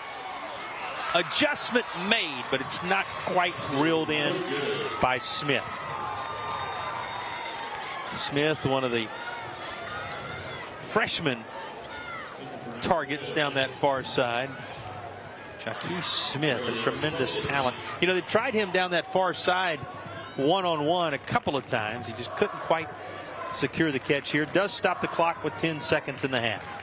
And Reagan Hawley went limping off the field. I think he was the guy that fell down, the receiver that fell down out in the secondary. So we'll see what happens to him. He's also the kicker and punter. Consequential player. A couple of plays to work with, depending upon whether or not it's completed. Work your way out of bounds, but from an incompletion standpoint, a couple of cracks at it here. That's going to be nearly picked off on immediate contact with Little John, but it falls harmlessly to the turf. And RS Central still has a chance to do something with this drive with 6 ticks remaining. Boy, a couple of guys right there and perhaps rumbling for a while if they're able to snatch this out of the sky. His arm was hit as he was letting it go, and that's why it went awry. Well, after making that tremendous play on the sack just a moment ago, Jenkins had designs right there on setting the score at least in stone, perhaps a little higher depending on his speed the other way. 6 seconds remaining. McIntyre on 3rd down. And McIntyre, who broke loose on the most recent drive for RS Central, is not able to do so here. And that halftime score will be set in stone, it would seem, at 35-14. Now hold everything. There is a flag down at the 29-yard line.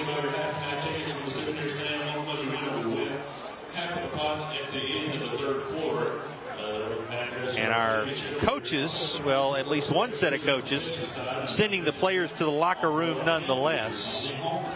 It appears this may be for the action after the half had come to a close. And while they sort this out, we'll go ahead and check in field side with Nelson for the Carolina Furniture Concepts Coaches Corner. Nelson? Thanks, Tim. Thanks, Jason. This is the Coaches Corner, brought to you by Carolina Furniture Concepts. Well, Coach, I only have one question. What were your thoughts on the first half of the game? It's not indicative. The scoreboard doesn't show the physicality of this ball game.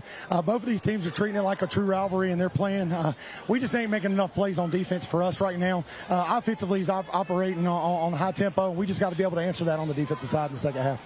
All right, Coach. Good luck to you, your boys, in the second half of the game. Thank you, sir. All righty. Tim, Jason, back to you guys. Thank you, Nelson, and we thank Coach for stopping.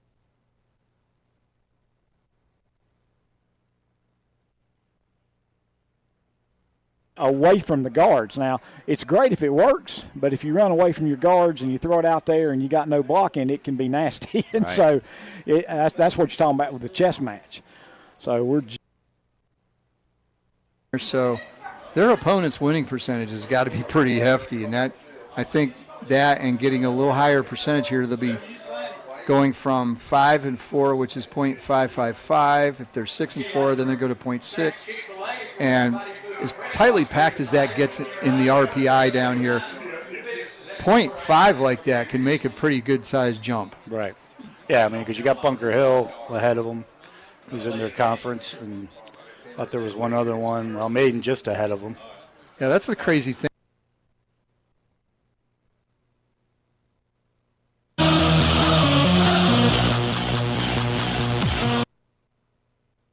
That's Butler's Tire and Automotive Repair, 205 East King Street in Kings.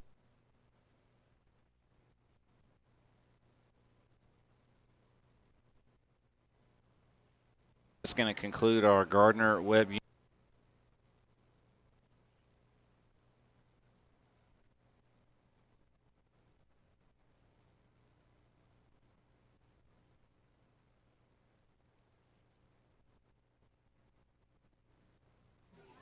And Bessemer City kicks things off to start the second half. Ball bounces and stops just shy of the goal line. Jackson Hebner picks it up about the 2, looking for room to run. He's got nowhere to run. He's going to be brought down about the 12-yard line. That was a perfect kick by Bessemer City. It bounced and then just died just shy of the goal line, so they couldn't down it for a touchback. Hebner had to pick it up. Yeah, that didn't turn out like they wanted to because they're only on the 10-yard line. Mm-hmm. And that was, again, that ball just didn't get in the end zone. And I didn't understand that call earlier. So that's my ignorance. So 1st and 10, Cherryville, first offensive play of the second half. Hebner takes a direct snap, trying to turn the corner. He picks up maybe a couple, is met by a host of Yellow Jackets. And they're trying to run the ball into the boundary to the short side of the field, trying to outman on the short side of the field. But Bessemer City was right there. They were able to stop it. So it's 2nd and 8, 2nd and long. Got a receiver out to the right, one to the left here. Najee Whitworth here on the Cherryville side. Hebner takes the direct handoff, and he is just stood up by one of the defensive linemen of Bessemer City. Yeah, that was – it gained about 2 yards.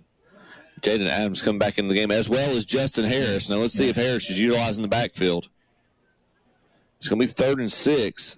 No, Harris is going to be lined up kind of like a tight end, it looks like. Or he might be directly on the line. No, here he goes. It's a tight end. So twins here to the left, one receiver to the right. Adams out of the shotgun. Hebner beside Adams to his left. Adams calls out the snap. He rolls out to his left, looking to pass against his body, but he's able to complete the pass. He gets his feet down. That should be good for a first down. Yeah, it sure was. He made the catch. Excellent. First down for the Ironman. And that will be a Medical Center Pharmacy of Cherryville first down. I'm not sure who the receiver was on that, but that was Dalton. Okay, yes, Talon Dalton on that reception. So 1st and 10 at the 25. Cherryville moving the ball. Hebner again, direct snap. There's run the Wildcat, breaks gets past the first initial point of contact, powers his way forward for a gain of about 6 or 7. Hefner looks like he hadn't played at all tonight. He's full of energy out there. He is really putting his foot in the ground and making a turn. Well, again, now the Wildcat, this time the blitz, and Hefner just has is a gain of 5 and another Falston Pharmacy first down. Yeah, spun his way across midfield, moved the chains once again. So 2 first downs here for Burns, just what they needed for this offense to get going here. So a couple of first downs, and the ball is now on the 49-yard line, plus territory for Burns. So they've run 5 plays on this drive, all rushing plays. 2 wide receivers in. McGowan has the football, gives it. Davis, he puts the head down, drags tackler, still fighting. And I tell you what, the extra effort gets him forward to be 2nd and 6. I tell you, Max Davis is a hard guy to bring down. I wish we had a stat on tackles or yards after contact. Yeah, they call it. All those guys would have pretty impressive stats there. Well, it's just kind of the you could tell the intensity, the gravity of the game, the way the intensity, effort level on a lot of our players. So, and they haven't been in a game like this in a long time, long Not time. Since the Crest game. Not since the Crest game, nope. So it's double wide receivers again. Warlick comes in motion, and that's going to be a penalty against Burns, a Putnam Distributors penalty. They left early. Start. Yep, it is a false start, and that's going to make it 2nd and 11, and that's a costly penalty there. You had 2nd, and you're in good shape. Now you're behind the sticks. They'll take them back in their own territory. Right at midfield, we'll say, right at the 50. I mean, it's just a little penalties, 39 yards up to 44 yards for the game. If you look at Shelby, they had the big penalty, the 15-yarder, but only 1 cent, only 2 for 20 for Shelby. So that's a Putnam Distributors penalty. 2nd down and 11. Double wide receivers right. And then I think that's Davis, the single back set. And he'll get the call. Tries the right side and puts the head down and still fighting, taking on tacklers. And he gang tackled about where the line of scrimmage was. So that'll give him 5, and we're right back where we started, only it's 3rd down. It's a big play, 3rd and 6. See, I tell you what, that's why it hurts. See, if you had that 5-yard run, now it's 3rd and 1. So, and your playbook opens up, but now you're in kind of a no man's land here. You're at the 45-yard listening line. to the boss, Depending on what happens on this Shelby, play, North Carolina. they don't get a Your big first Cody's down. and Will sports they stations. gamble? Will Online they roll at the dice? We'll see. Double wide receivers in. I think that's Wilson on the right hip of McGowan, and McGowan will try. Quarterback power again. There he goes. Puts the head down. Falls forward. Did he get it? Depends on the spot. He does. Give him 6 yards in a Falston Pharmacy first down. Big time run right there at the very last. Just dove across. Broke several tackles there and dove across just enough for the first down. Good job there, Marsh McGowan. But like I said, he gets low. For a big guy, he probably goes about 6'3", 6'4", but he gets low. And it's hard to find him in there. It's hard to hit. And not a lot of quarterbacks like that are willing to make that contact. And this is what I wanted, though. See, we've already had the ball 4 minutes. Shorten the game. That's the strategy. So 1st down and 10. Double wide receivers left.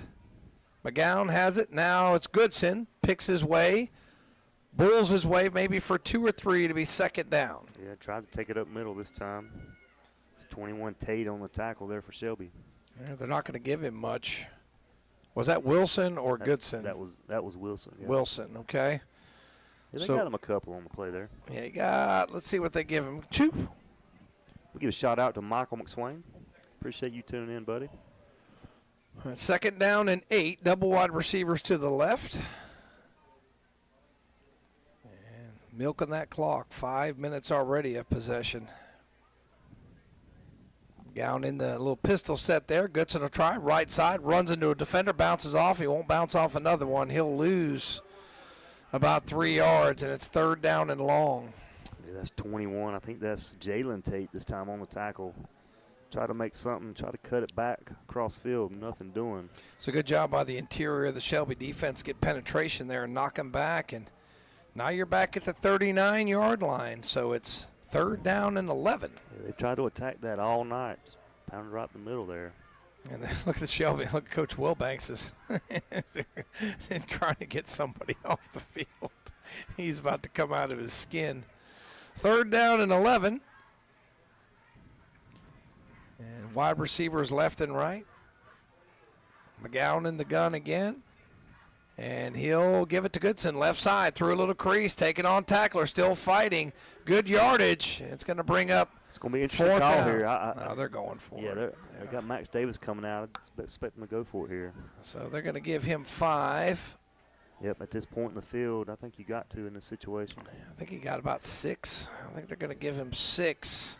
So it's 4th down and 5. So converted on the last 4th down. Let's see if they can do it this time. See what happens. They got 19 seconds on the play clock. 4th and 5. Yep. So Kendrick in there as tight end as an extra blocker, and the crowd responds. They understand the gravity of the play. Double wide receivers left.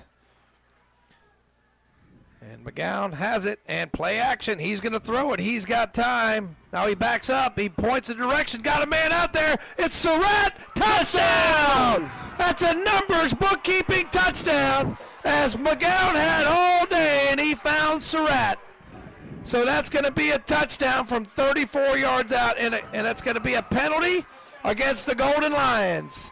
The second time McGowan has thrown a touchdown on 4th down. Big time throw. Kenyon Surratt found him at the back of the end zone. What about that protection there by that offensive line to give him time to throw that ball?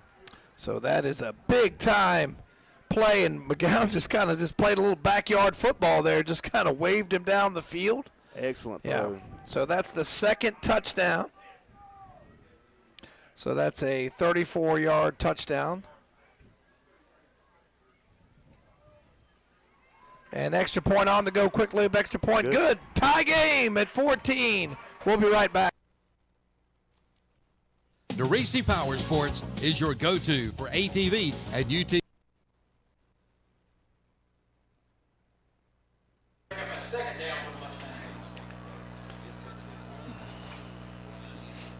Wallace back to pass, quick out pattern off the hands. Is that Daly or McLean? I think that's Fletcher McLean. That's Fletcher McLean, number 5. Yes, that's for Jalen Fletcher McLean. And it's just off the end of his fingertips. Yeah, he's got a little bit different build than a typical.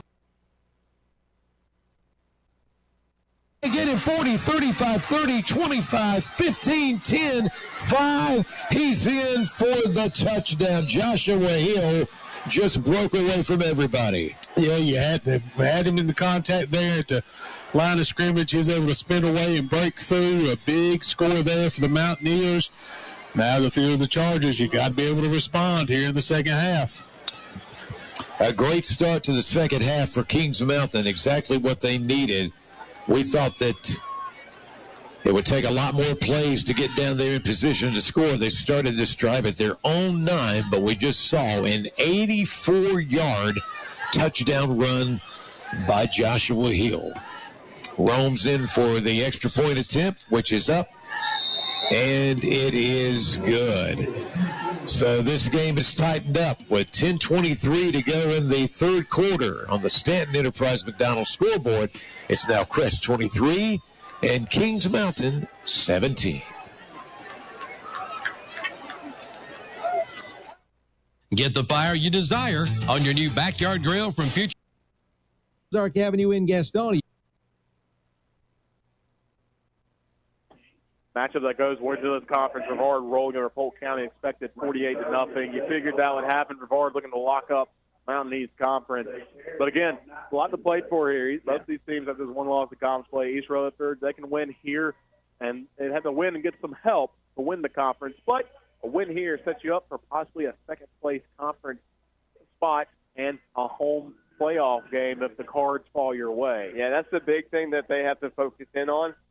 You had your chance to beat Brevard. It didn't happen. You didn't have some things go your way. Looks like Brevard's going to take the conference, but, hey, you still got business at hand. If you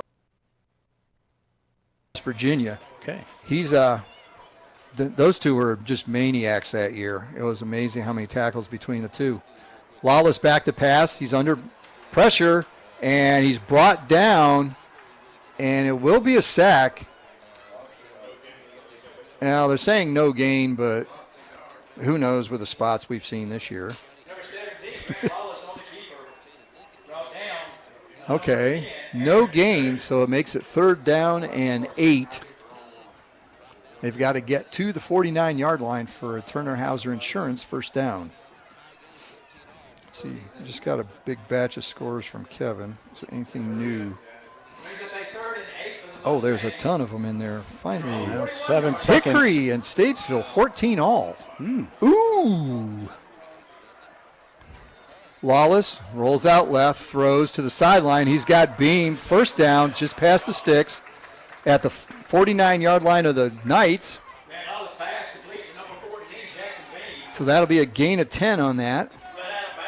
Just seems like every time they need a big yard, it's the two of them. It's Lawless to Beam, and I was watching Beam as they're right in front of us. He just went about 3 to 4 yards beyond the sticks, came around, turned around, got 1 yard, and when he caught it, stepped out of bounds. Turner Hauser Insurance first down for East Lincoln. And we've got a whistle, flag down on the far sideline. Oh. Penalties are turning around here a little bit. That's going to be 5 yards, legal substitution. I think they call line up in the neutral zone. Well, I thought they did this motion, but I don't know. Oh, I may have missed, yeah. Or something. But it's 5 yards regardless. And 1st and 5, which is not something you want to give Matt Beam. No. That just opens up the playbook.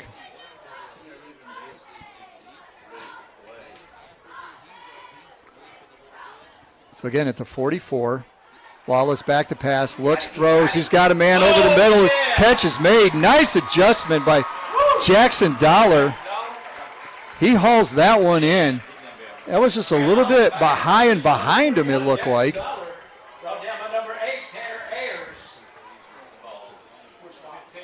Puts it on the 15, so a gain of 29 on the pass. So it's 1st and 10 at the 15. Mustangs line up quickly and run the play quickly. Lawless throws, lofts it in the end zone for Dollar. He makes the adjustment. Touchdown, Mustangs. So a nice play by Dollar. Last 2, he's turning out to be a pretty good tight end. Well, I'll tell you what, I mean, he can line up at the tight end, and that time he lined up at the wide receiver. And I was watching, they were throwing that pass in pregame. They ran it 3 or 4 times. Not surprised that they ran it on that one. Great stop there coming out of the half, and a great drive there for East Lincoln to get themselves back in the ball game. 5:17, 3rd quarter. I guess it's a little early to chase points, but I would think once you go for 2 and make it a 1-possession game or a 3-pointer. Nope, they're going to kick the extra point.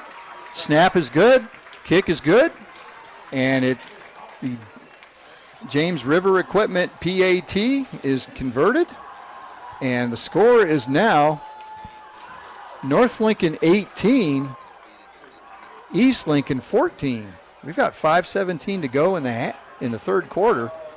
So a stop and a score, which is, we were saying that's what East really needed. They had not stopped North Lincoln.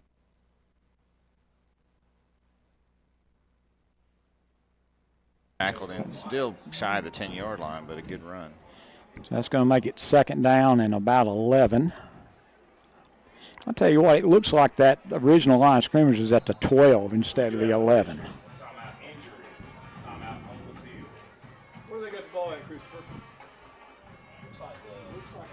We've got injury timeout, Brent.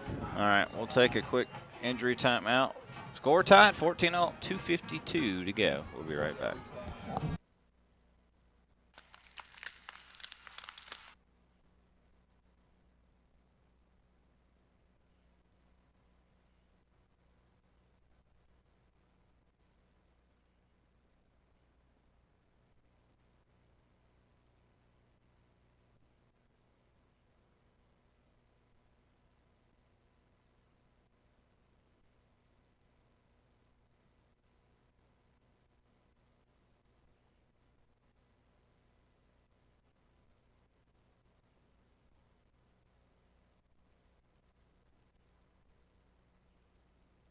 punch, as you called it, and they were as average. 7-yard return by Coley. Low snap, hand off to McIntyre. Tries to get around the edge. He will go nowhere out in the backfield as he's met by Jalen Hinton. What a play. And this East Rutherford defense flying to start the second half. Not what you wanted. You want to get McIntyre involved, but you don't want him to be involved in negative plays. You're right, Rich. I mean, defensive Cavaliers just flying through the football like they've done all night. Now the Hilltoppers on the opening drive are already behind a change in all schedule. Not what you want. You're the Hilltoppers right now. Loss of 5, second down and 15. Ball there on 42 for the Hilltoppers. Another low snap. Edward Littlejohn has to handle it. Fires ahead. He takes a hit by Blake McClellan this time. Gains about 2 yards. And now third and long. Boy, this defense, talk about this front seven.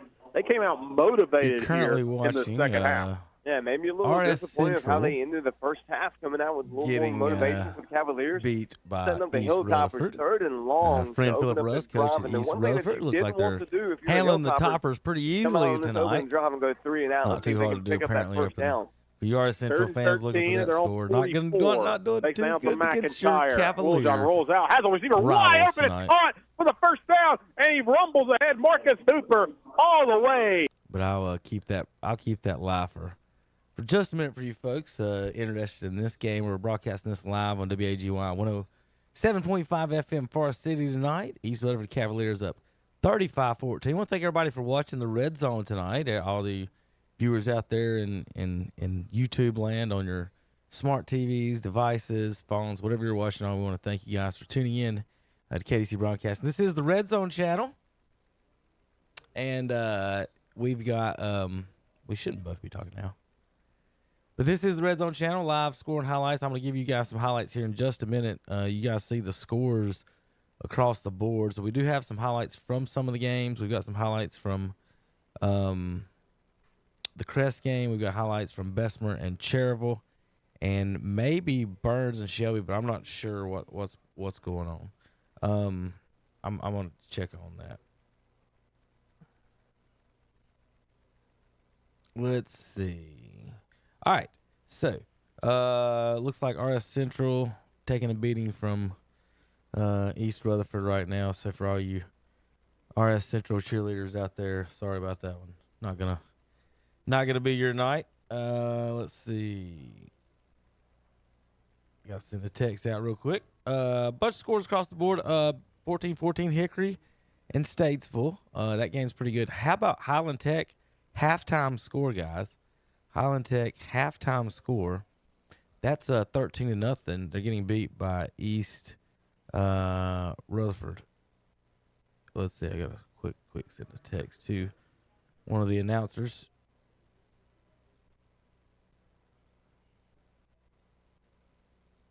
All right. Let's see. Bessemer City's up 16-8 on Cherryville. Crest up 23. 17 on Kings Mountain. North Lincoln 18-14 on East Lincoln.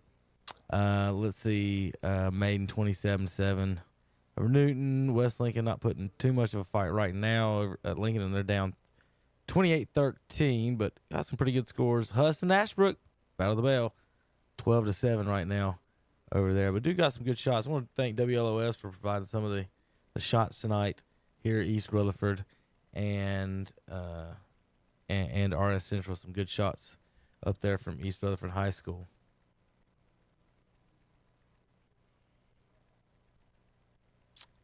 Let's see. All right. I do got some highlights. Let me pull up some highlights for you folks, because I know that's what some of y'all want to see, what we got so far.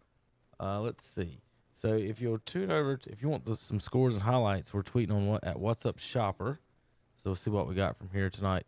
Let's see. There's our Bessemer City. Yep, we got Bessemer City and Crest highlight. Bessemer City, Cherryville, then Crest, and Kings Mountain. Burns, we may have Burns and Shelby working on that. What's going on with there? Got a little technical difficulty action.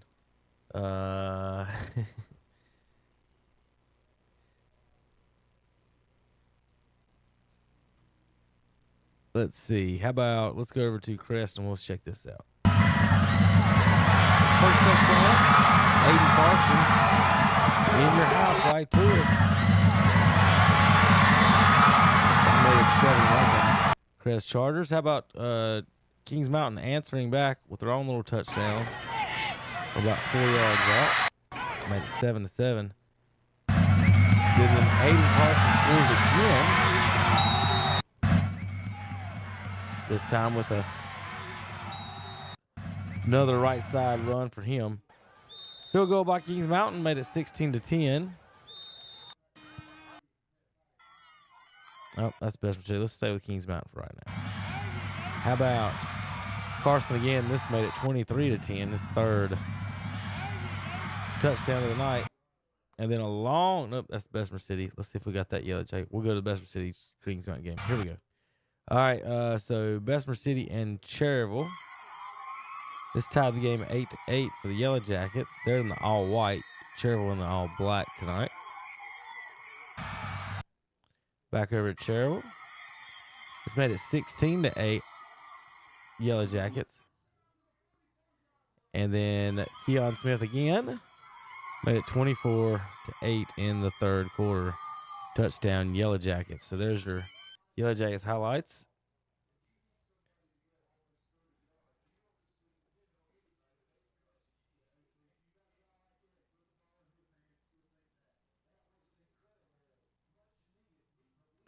All right, we're going to check back over at Burns and Shelby. Guys, we're going to send you live back out to the Shelby and Burns broadcast with Tom Sinafani and Brent Pasco. So, completed pass, I'm not sure who called it. They called it a touchdown. He's into the end zone. So, a 7-yard touchdown, not sure who caught it. Man.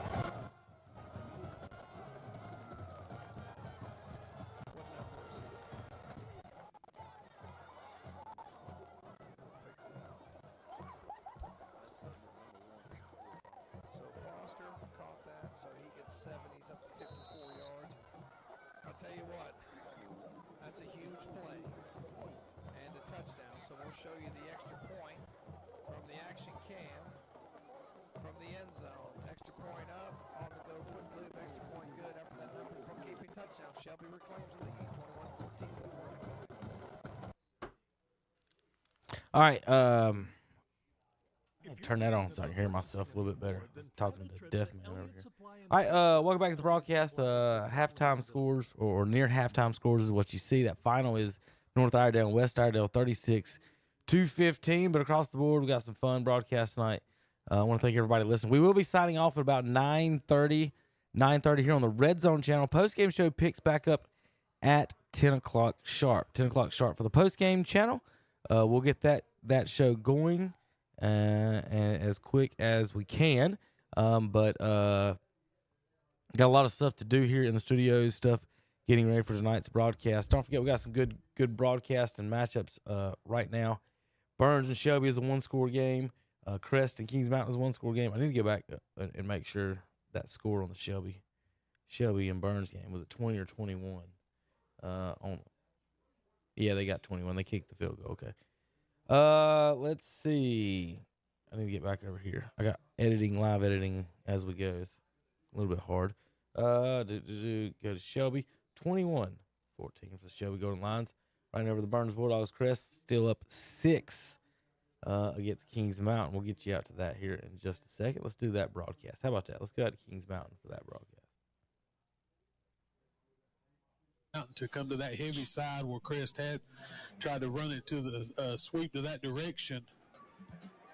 And Crest going to leave that same offensive formation out there.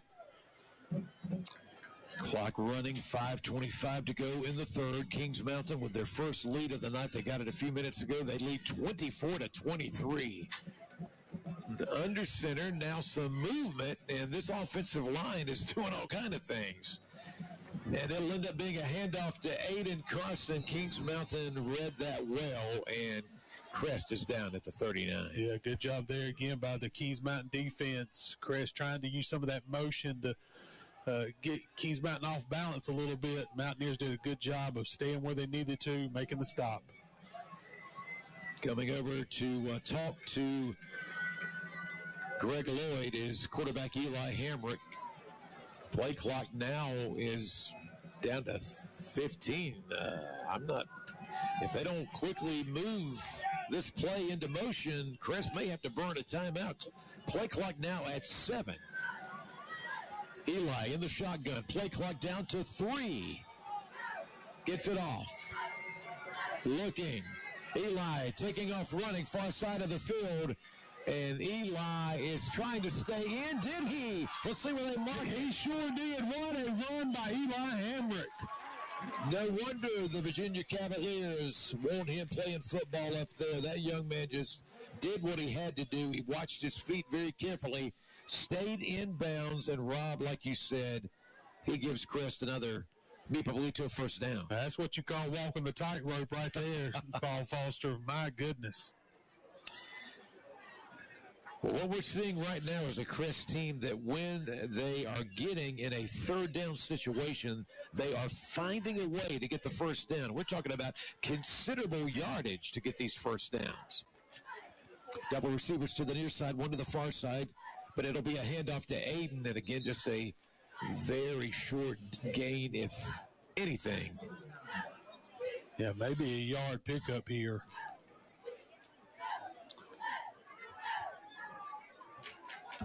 So from that update we had a moment ago, Burns now in a tight game there in Shelby, 21-14. It's not a high-scoring affair by any means. This one, Crest has led the whole night until just a little while ago. 24-23 Kings Mountain. However, Crest inside the 25 of Kings Mountain.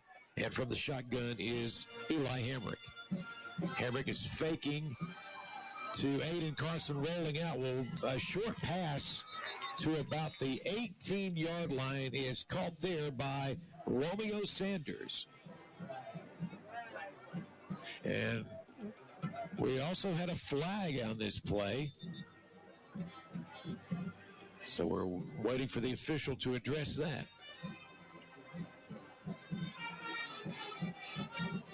Update you on that Statesville Hickory game now. Statesville leads Hickory 20-14. That game in the third quarter.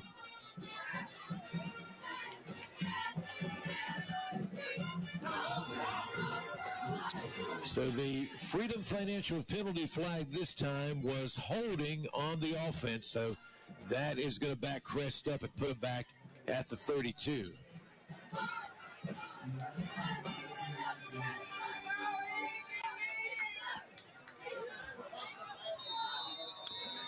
.320 clock ticking to go in the third. Kings Mountain with the 24-23 lead.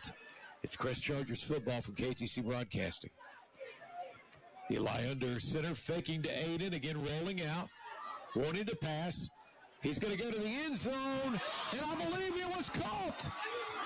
Wait a minute. Was he out? Was that Michael Edwards? No, apparently it was Romeo Sanders, and he was not. He did not catch the ball if he caught it in the end zone. From our vantage point, Rob, I'm not absolutely sure if he hung on to the football or not. It was close. And I think some fans thought maybe the Kings Mountain defender actually grabbed Sanders' jersey as the ball got there and pulled him down. I tell you what, for a moment, I thought we had an incredible touchdown. Precise throwing, and it had to be on the money because Romeo Sanders was in tight man-to-man coverage. He had the football in his hands, but we're not sure he came down with it. He certainly didn't come down with it in the end zone, according to the official. Quarterback all alone to the back foot again, wants to go to the air. Eli in trouble and throwing it and almost intercepted. And there's a flag, and this possibly, I don't know, is this going to be interference on the defense or the offense at the 18-yard line? Intended receiver that time was Pluto Surratt, by the way. Pluto's come in to join in on the offense.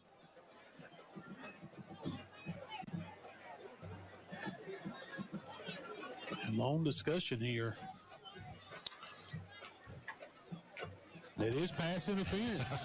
Wow, Kings Mountain very unhappy about that. Crest getting a break on that particular call.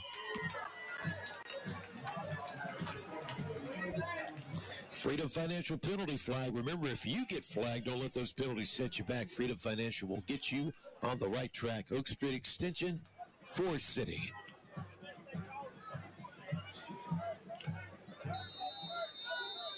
So Crest in this offense still alive after that penalty flag. The ball is just shy of the Kings Mountain 17-yard line. Any kind of score from Crest will enable them to get back the lead. They're down by 1 to Kings Mountain at the moment. Double receivers near side, one to the far side. Aiden Carson in the backfield with the QB. It is Eli Hammer, got a quarterback keeper. And they're going to be able to manhandle him pretty good this time, only about a 1-yard gain.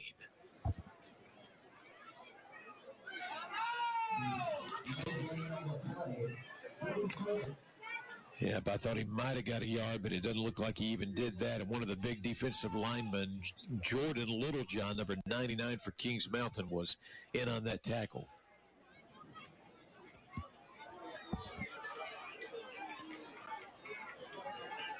The ball remains at the 17. And Rob, is it 4th down? I thought it would be. I thought it was 3rd. Well, according to what I'm looking at with the marker, it is 4th down, and Crest is not going to run a play. Instead, they're going to burn a timeout. The Stanton Enterprise McDonald's scoreboard, home of those world-famous French fries. Kings Mountain 24, Crest 23. Stay with us. Our coverage continues here on KTC Broadcast.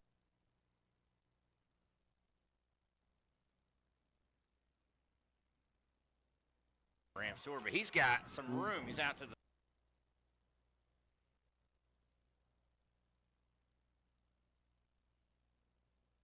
I think that was.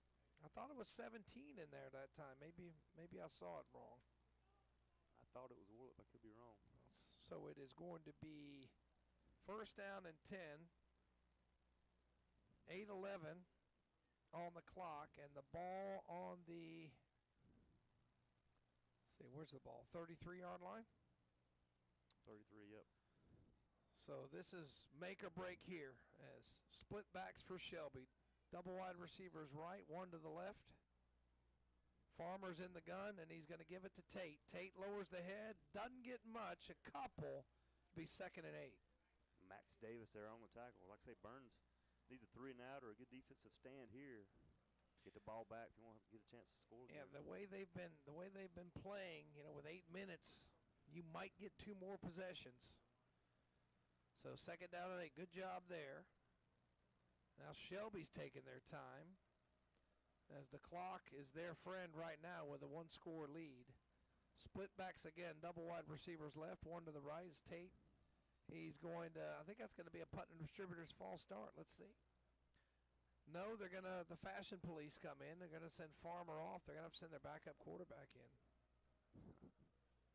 I'm not really sure. They let the play run off before they blew the whistle there. Not sure, but somebody else is going to have to take this play, or Shelby has to take a timeout. We've seen that more this year than we ever have. I mean, I think they really must be cracking down on it or something. Not sure exactly what the issue is. I know some of them have had the pants too far pulled up above their kneecap. So Raper comes in to take this snap. Split backs, double wide receivers left, one to the right. Raper has it. He'll hand it off. Is that Tate? See, no, it's not Tate. It's 21, and a big run down the sideline makes a man miss, and all the way down to the 25-yard line. That's Jalen Tate, actually. So Jalen Tate with a big run. Yeah, a little sweep left, took it across. Big time run there, brought down by Jacob Tysinger. So 15 plus 20 is 35. That's a 38-yard run, man. That's a backbreaker, and a 1st down for Shelby. So Shelby will take it 1st down and 10 from the Burns 28-yard line, 27-yard line. And it's going to be Tate, right side, slips through a tackle, fights for more. Give him about 5. It'll be 2nd and 5. I think that's 55. That is Cameron Rudelsel there on the tackle for Burns. Yeah, get more like 4 on that one, so it'll be 2nd down and 6. And I tell you what, man, that's an explosive play when, that really, really help the Golden Lions cause there. Halen Camp checking in. So they're on the fringe of the red zone. 2nd down and 6. This Farmer only had to go out for a play. He was in on that last play.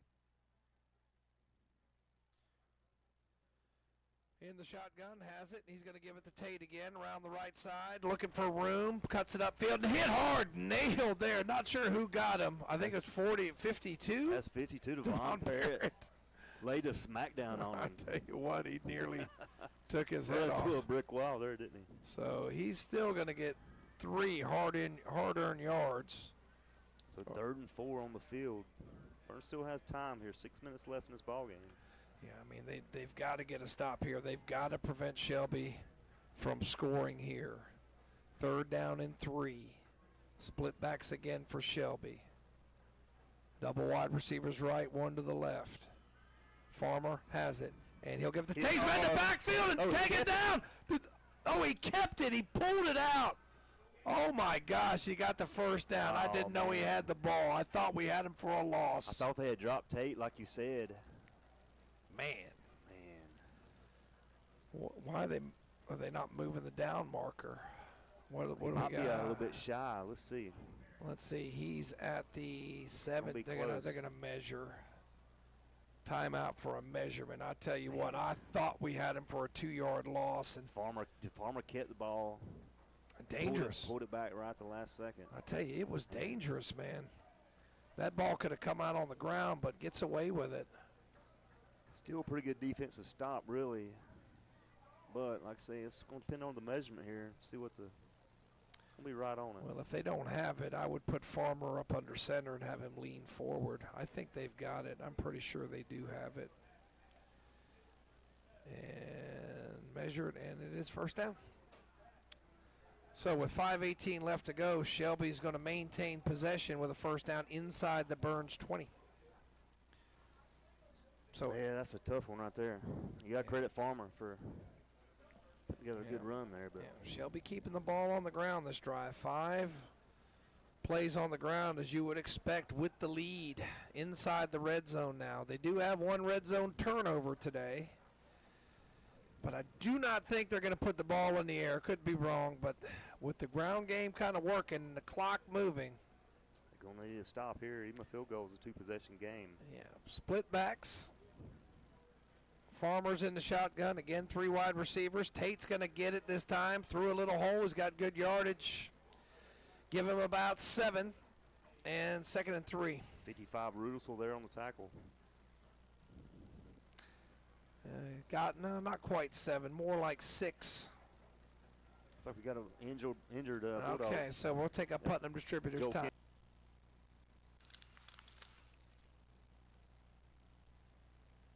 All right, folks, we're going to be wrapping up the show here in just a moment. I'm not going to leave you hanging with Shelby about to score there in the red zone. The post-game show begins at 10 o'clock sharp. I'm going to have to get that started probably before Chip gets here, so I don't know if I'm going to be able to get out of here soon enough or not, or get set up early or not. Chip doing the Cherville game right now. Last score we got on that 37-8. Bessemer City over the Ironman. Ironman scored first, and then 37 straight from the Yellow Jackets. Meanwhile, we're going to give it back to Shelby and Burns in just a moment. You've got Crest and Kings Mountain in a 1-point score. RS Central Hilltoppers just scored, cutting the lead 35-20. So, something just happened. Crest just picked off a pass, and let's see if we can get this to you guys.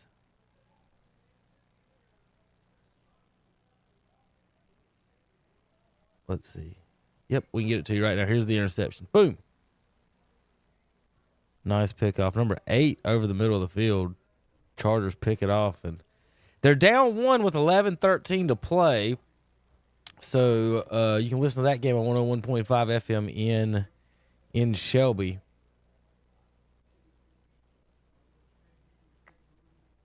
Ashbrook up 15-12.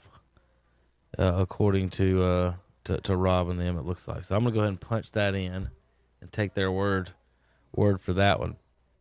But I'm gonna send you back out to Burns here in just a second. In like 2 seconds. Let's see. Well, never mind. I He's just into missed the it. end zone for an 11-yard touch.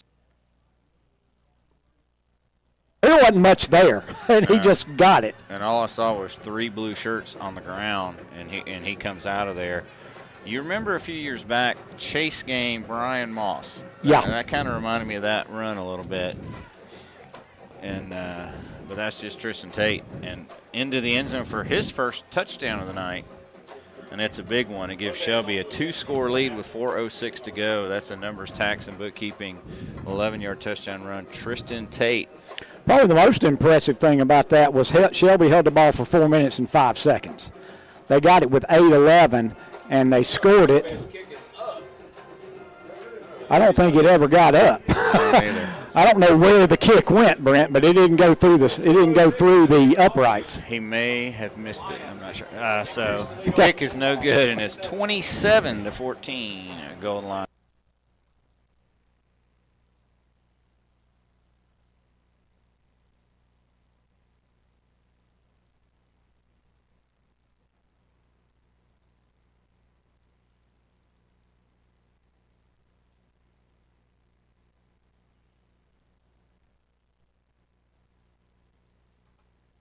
I'm just talking to myself, I guess.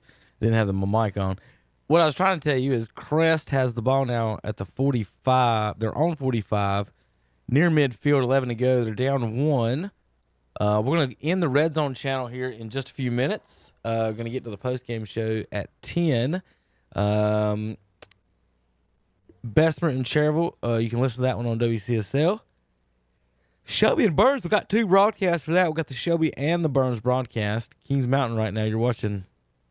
I'll show you some of that. We're watching some of the Kings Mountain home team broadcast there against the Crest Chargers, and I'm going to turn you over to let Brent. Now, the video and the audio is going to be a little off. We're going to use our audio here on KTC Broadcasting, folks. So I know that it's going to be a little bit off, so do your best to hang in there and not lose your mind on it, okay? So the video is going to be a little bit off-timed as opposed to what our radio broadcast. Here we go.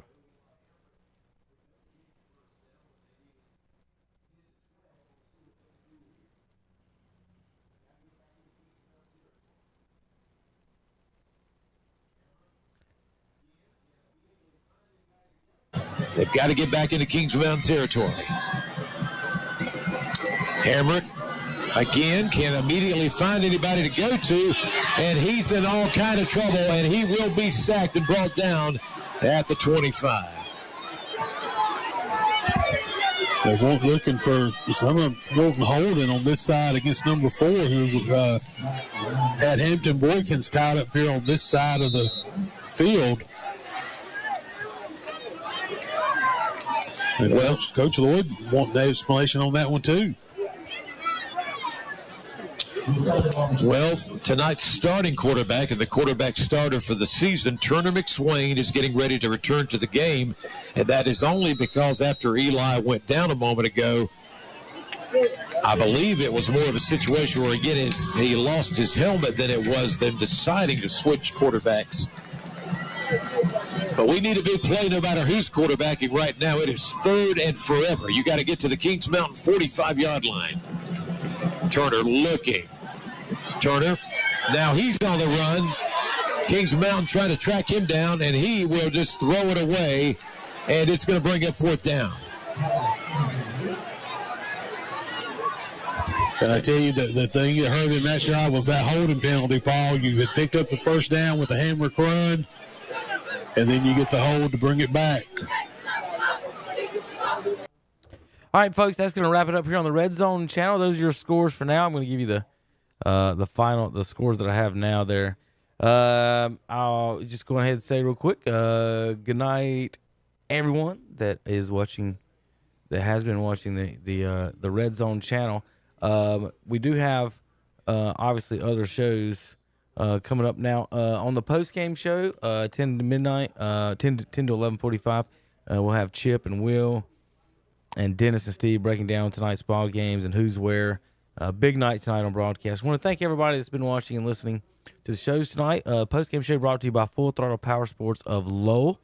We will be fullthrottlepowersports.com. That begins online at 10 o'clock. We're probably going to have to wait on the radio broadcast to join us. So for the folks, we'll start that online at 10 and going over the final scores and other scores that we have in the areas that are still active. Get you guys some highlights of some of the games and more, and get into these and breaking down these games. But I'm going to get out of here in just a few minutes, and we're going to send it off back we're going to send it back out to the games real quick. Bessemer and Cherville, you can listen to that game at on WCSO 92.9 FM. All the games, KTCBroadcasting.com. The links are there on the front page. Shelby and Burns, 2 ways to watch that on YouTube. Just type in the game. Shelby's on WHS channel. Burns on their own channel. Kings Mountain and Crest, you can listen to that 101.5 FM in Cleveland County. East Rutherford just scored again, it looks like, so we're going to update that here in just a moment. And North Lincoln is up on East Lincoln, our Lincoln County Game of the Week. 25-14. I did hear an update. I think there was an update on that Hickory score for people wanting to know. Let me check real quick before I send it out.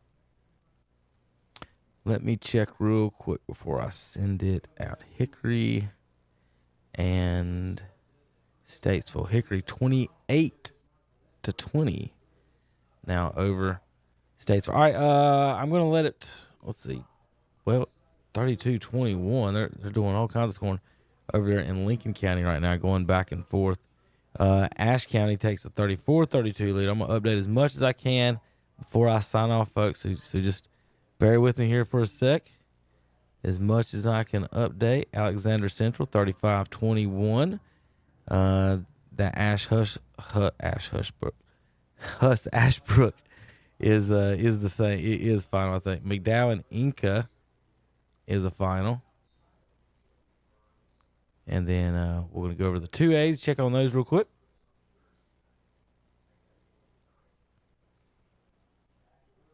Any more scores before I get out of here?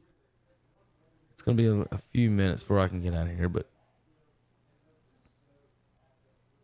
West Caldwell, I got an update on this one. First one for tonight, 7, East Burke 20. Still don't have anything on Kramer and Forest View, Asheville and AC Reynolds. I don't have anything on that one either. Bandy's beating Bunker Hill right now in a big matchup in that conference. East Gaston now 32-0 over Highland Tech. Have finally pulled away from that after some halftime adjustments.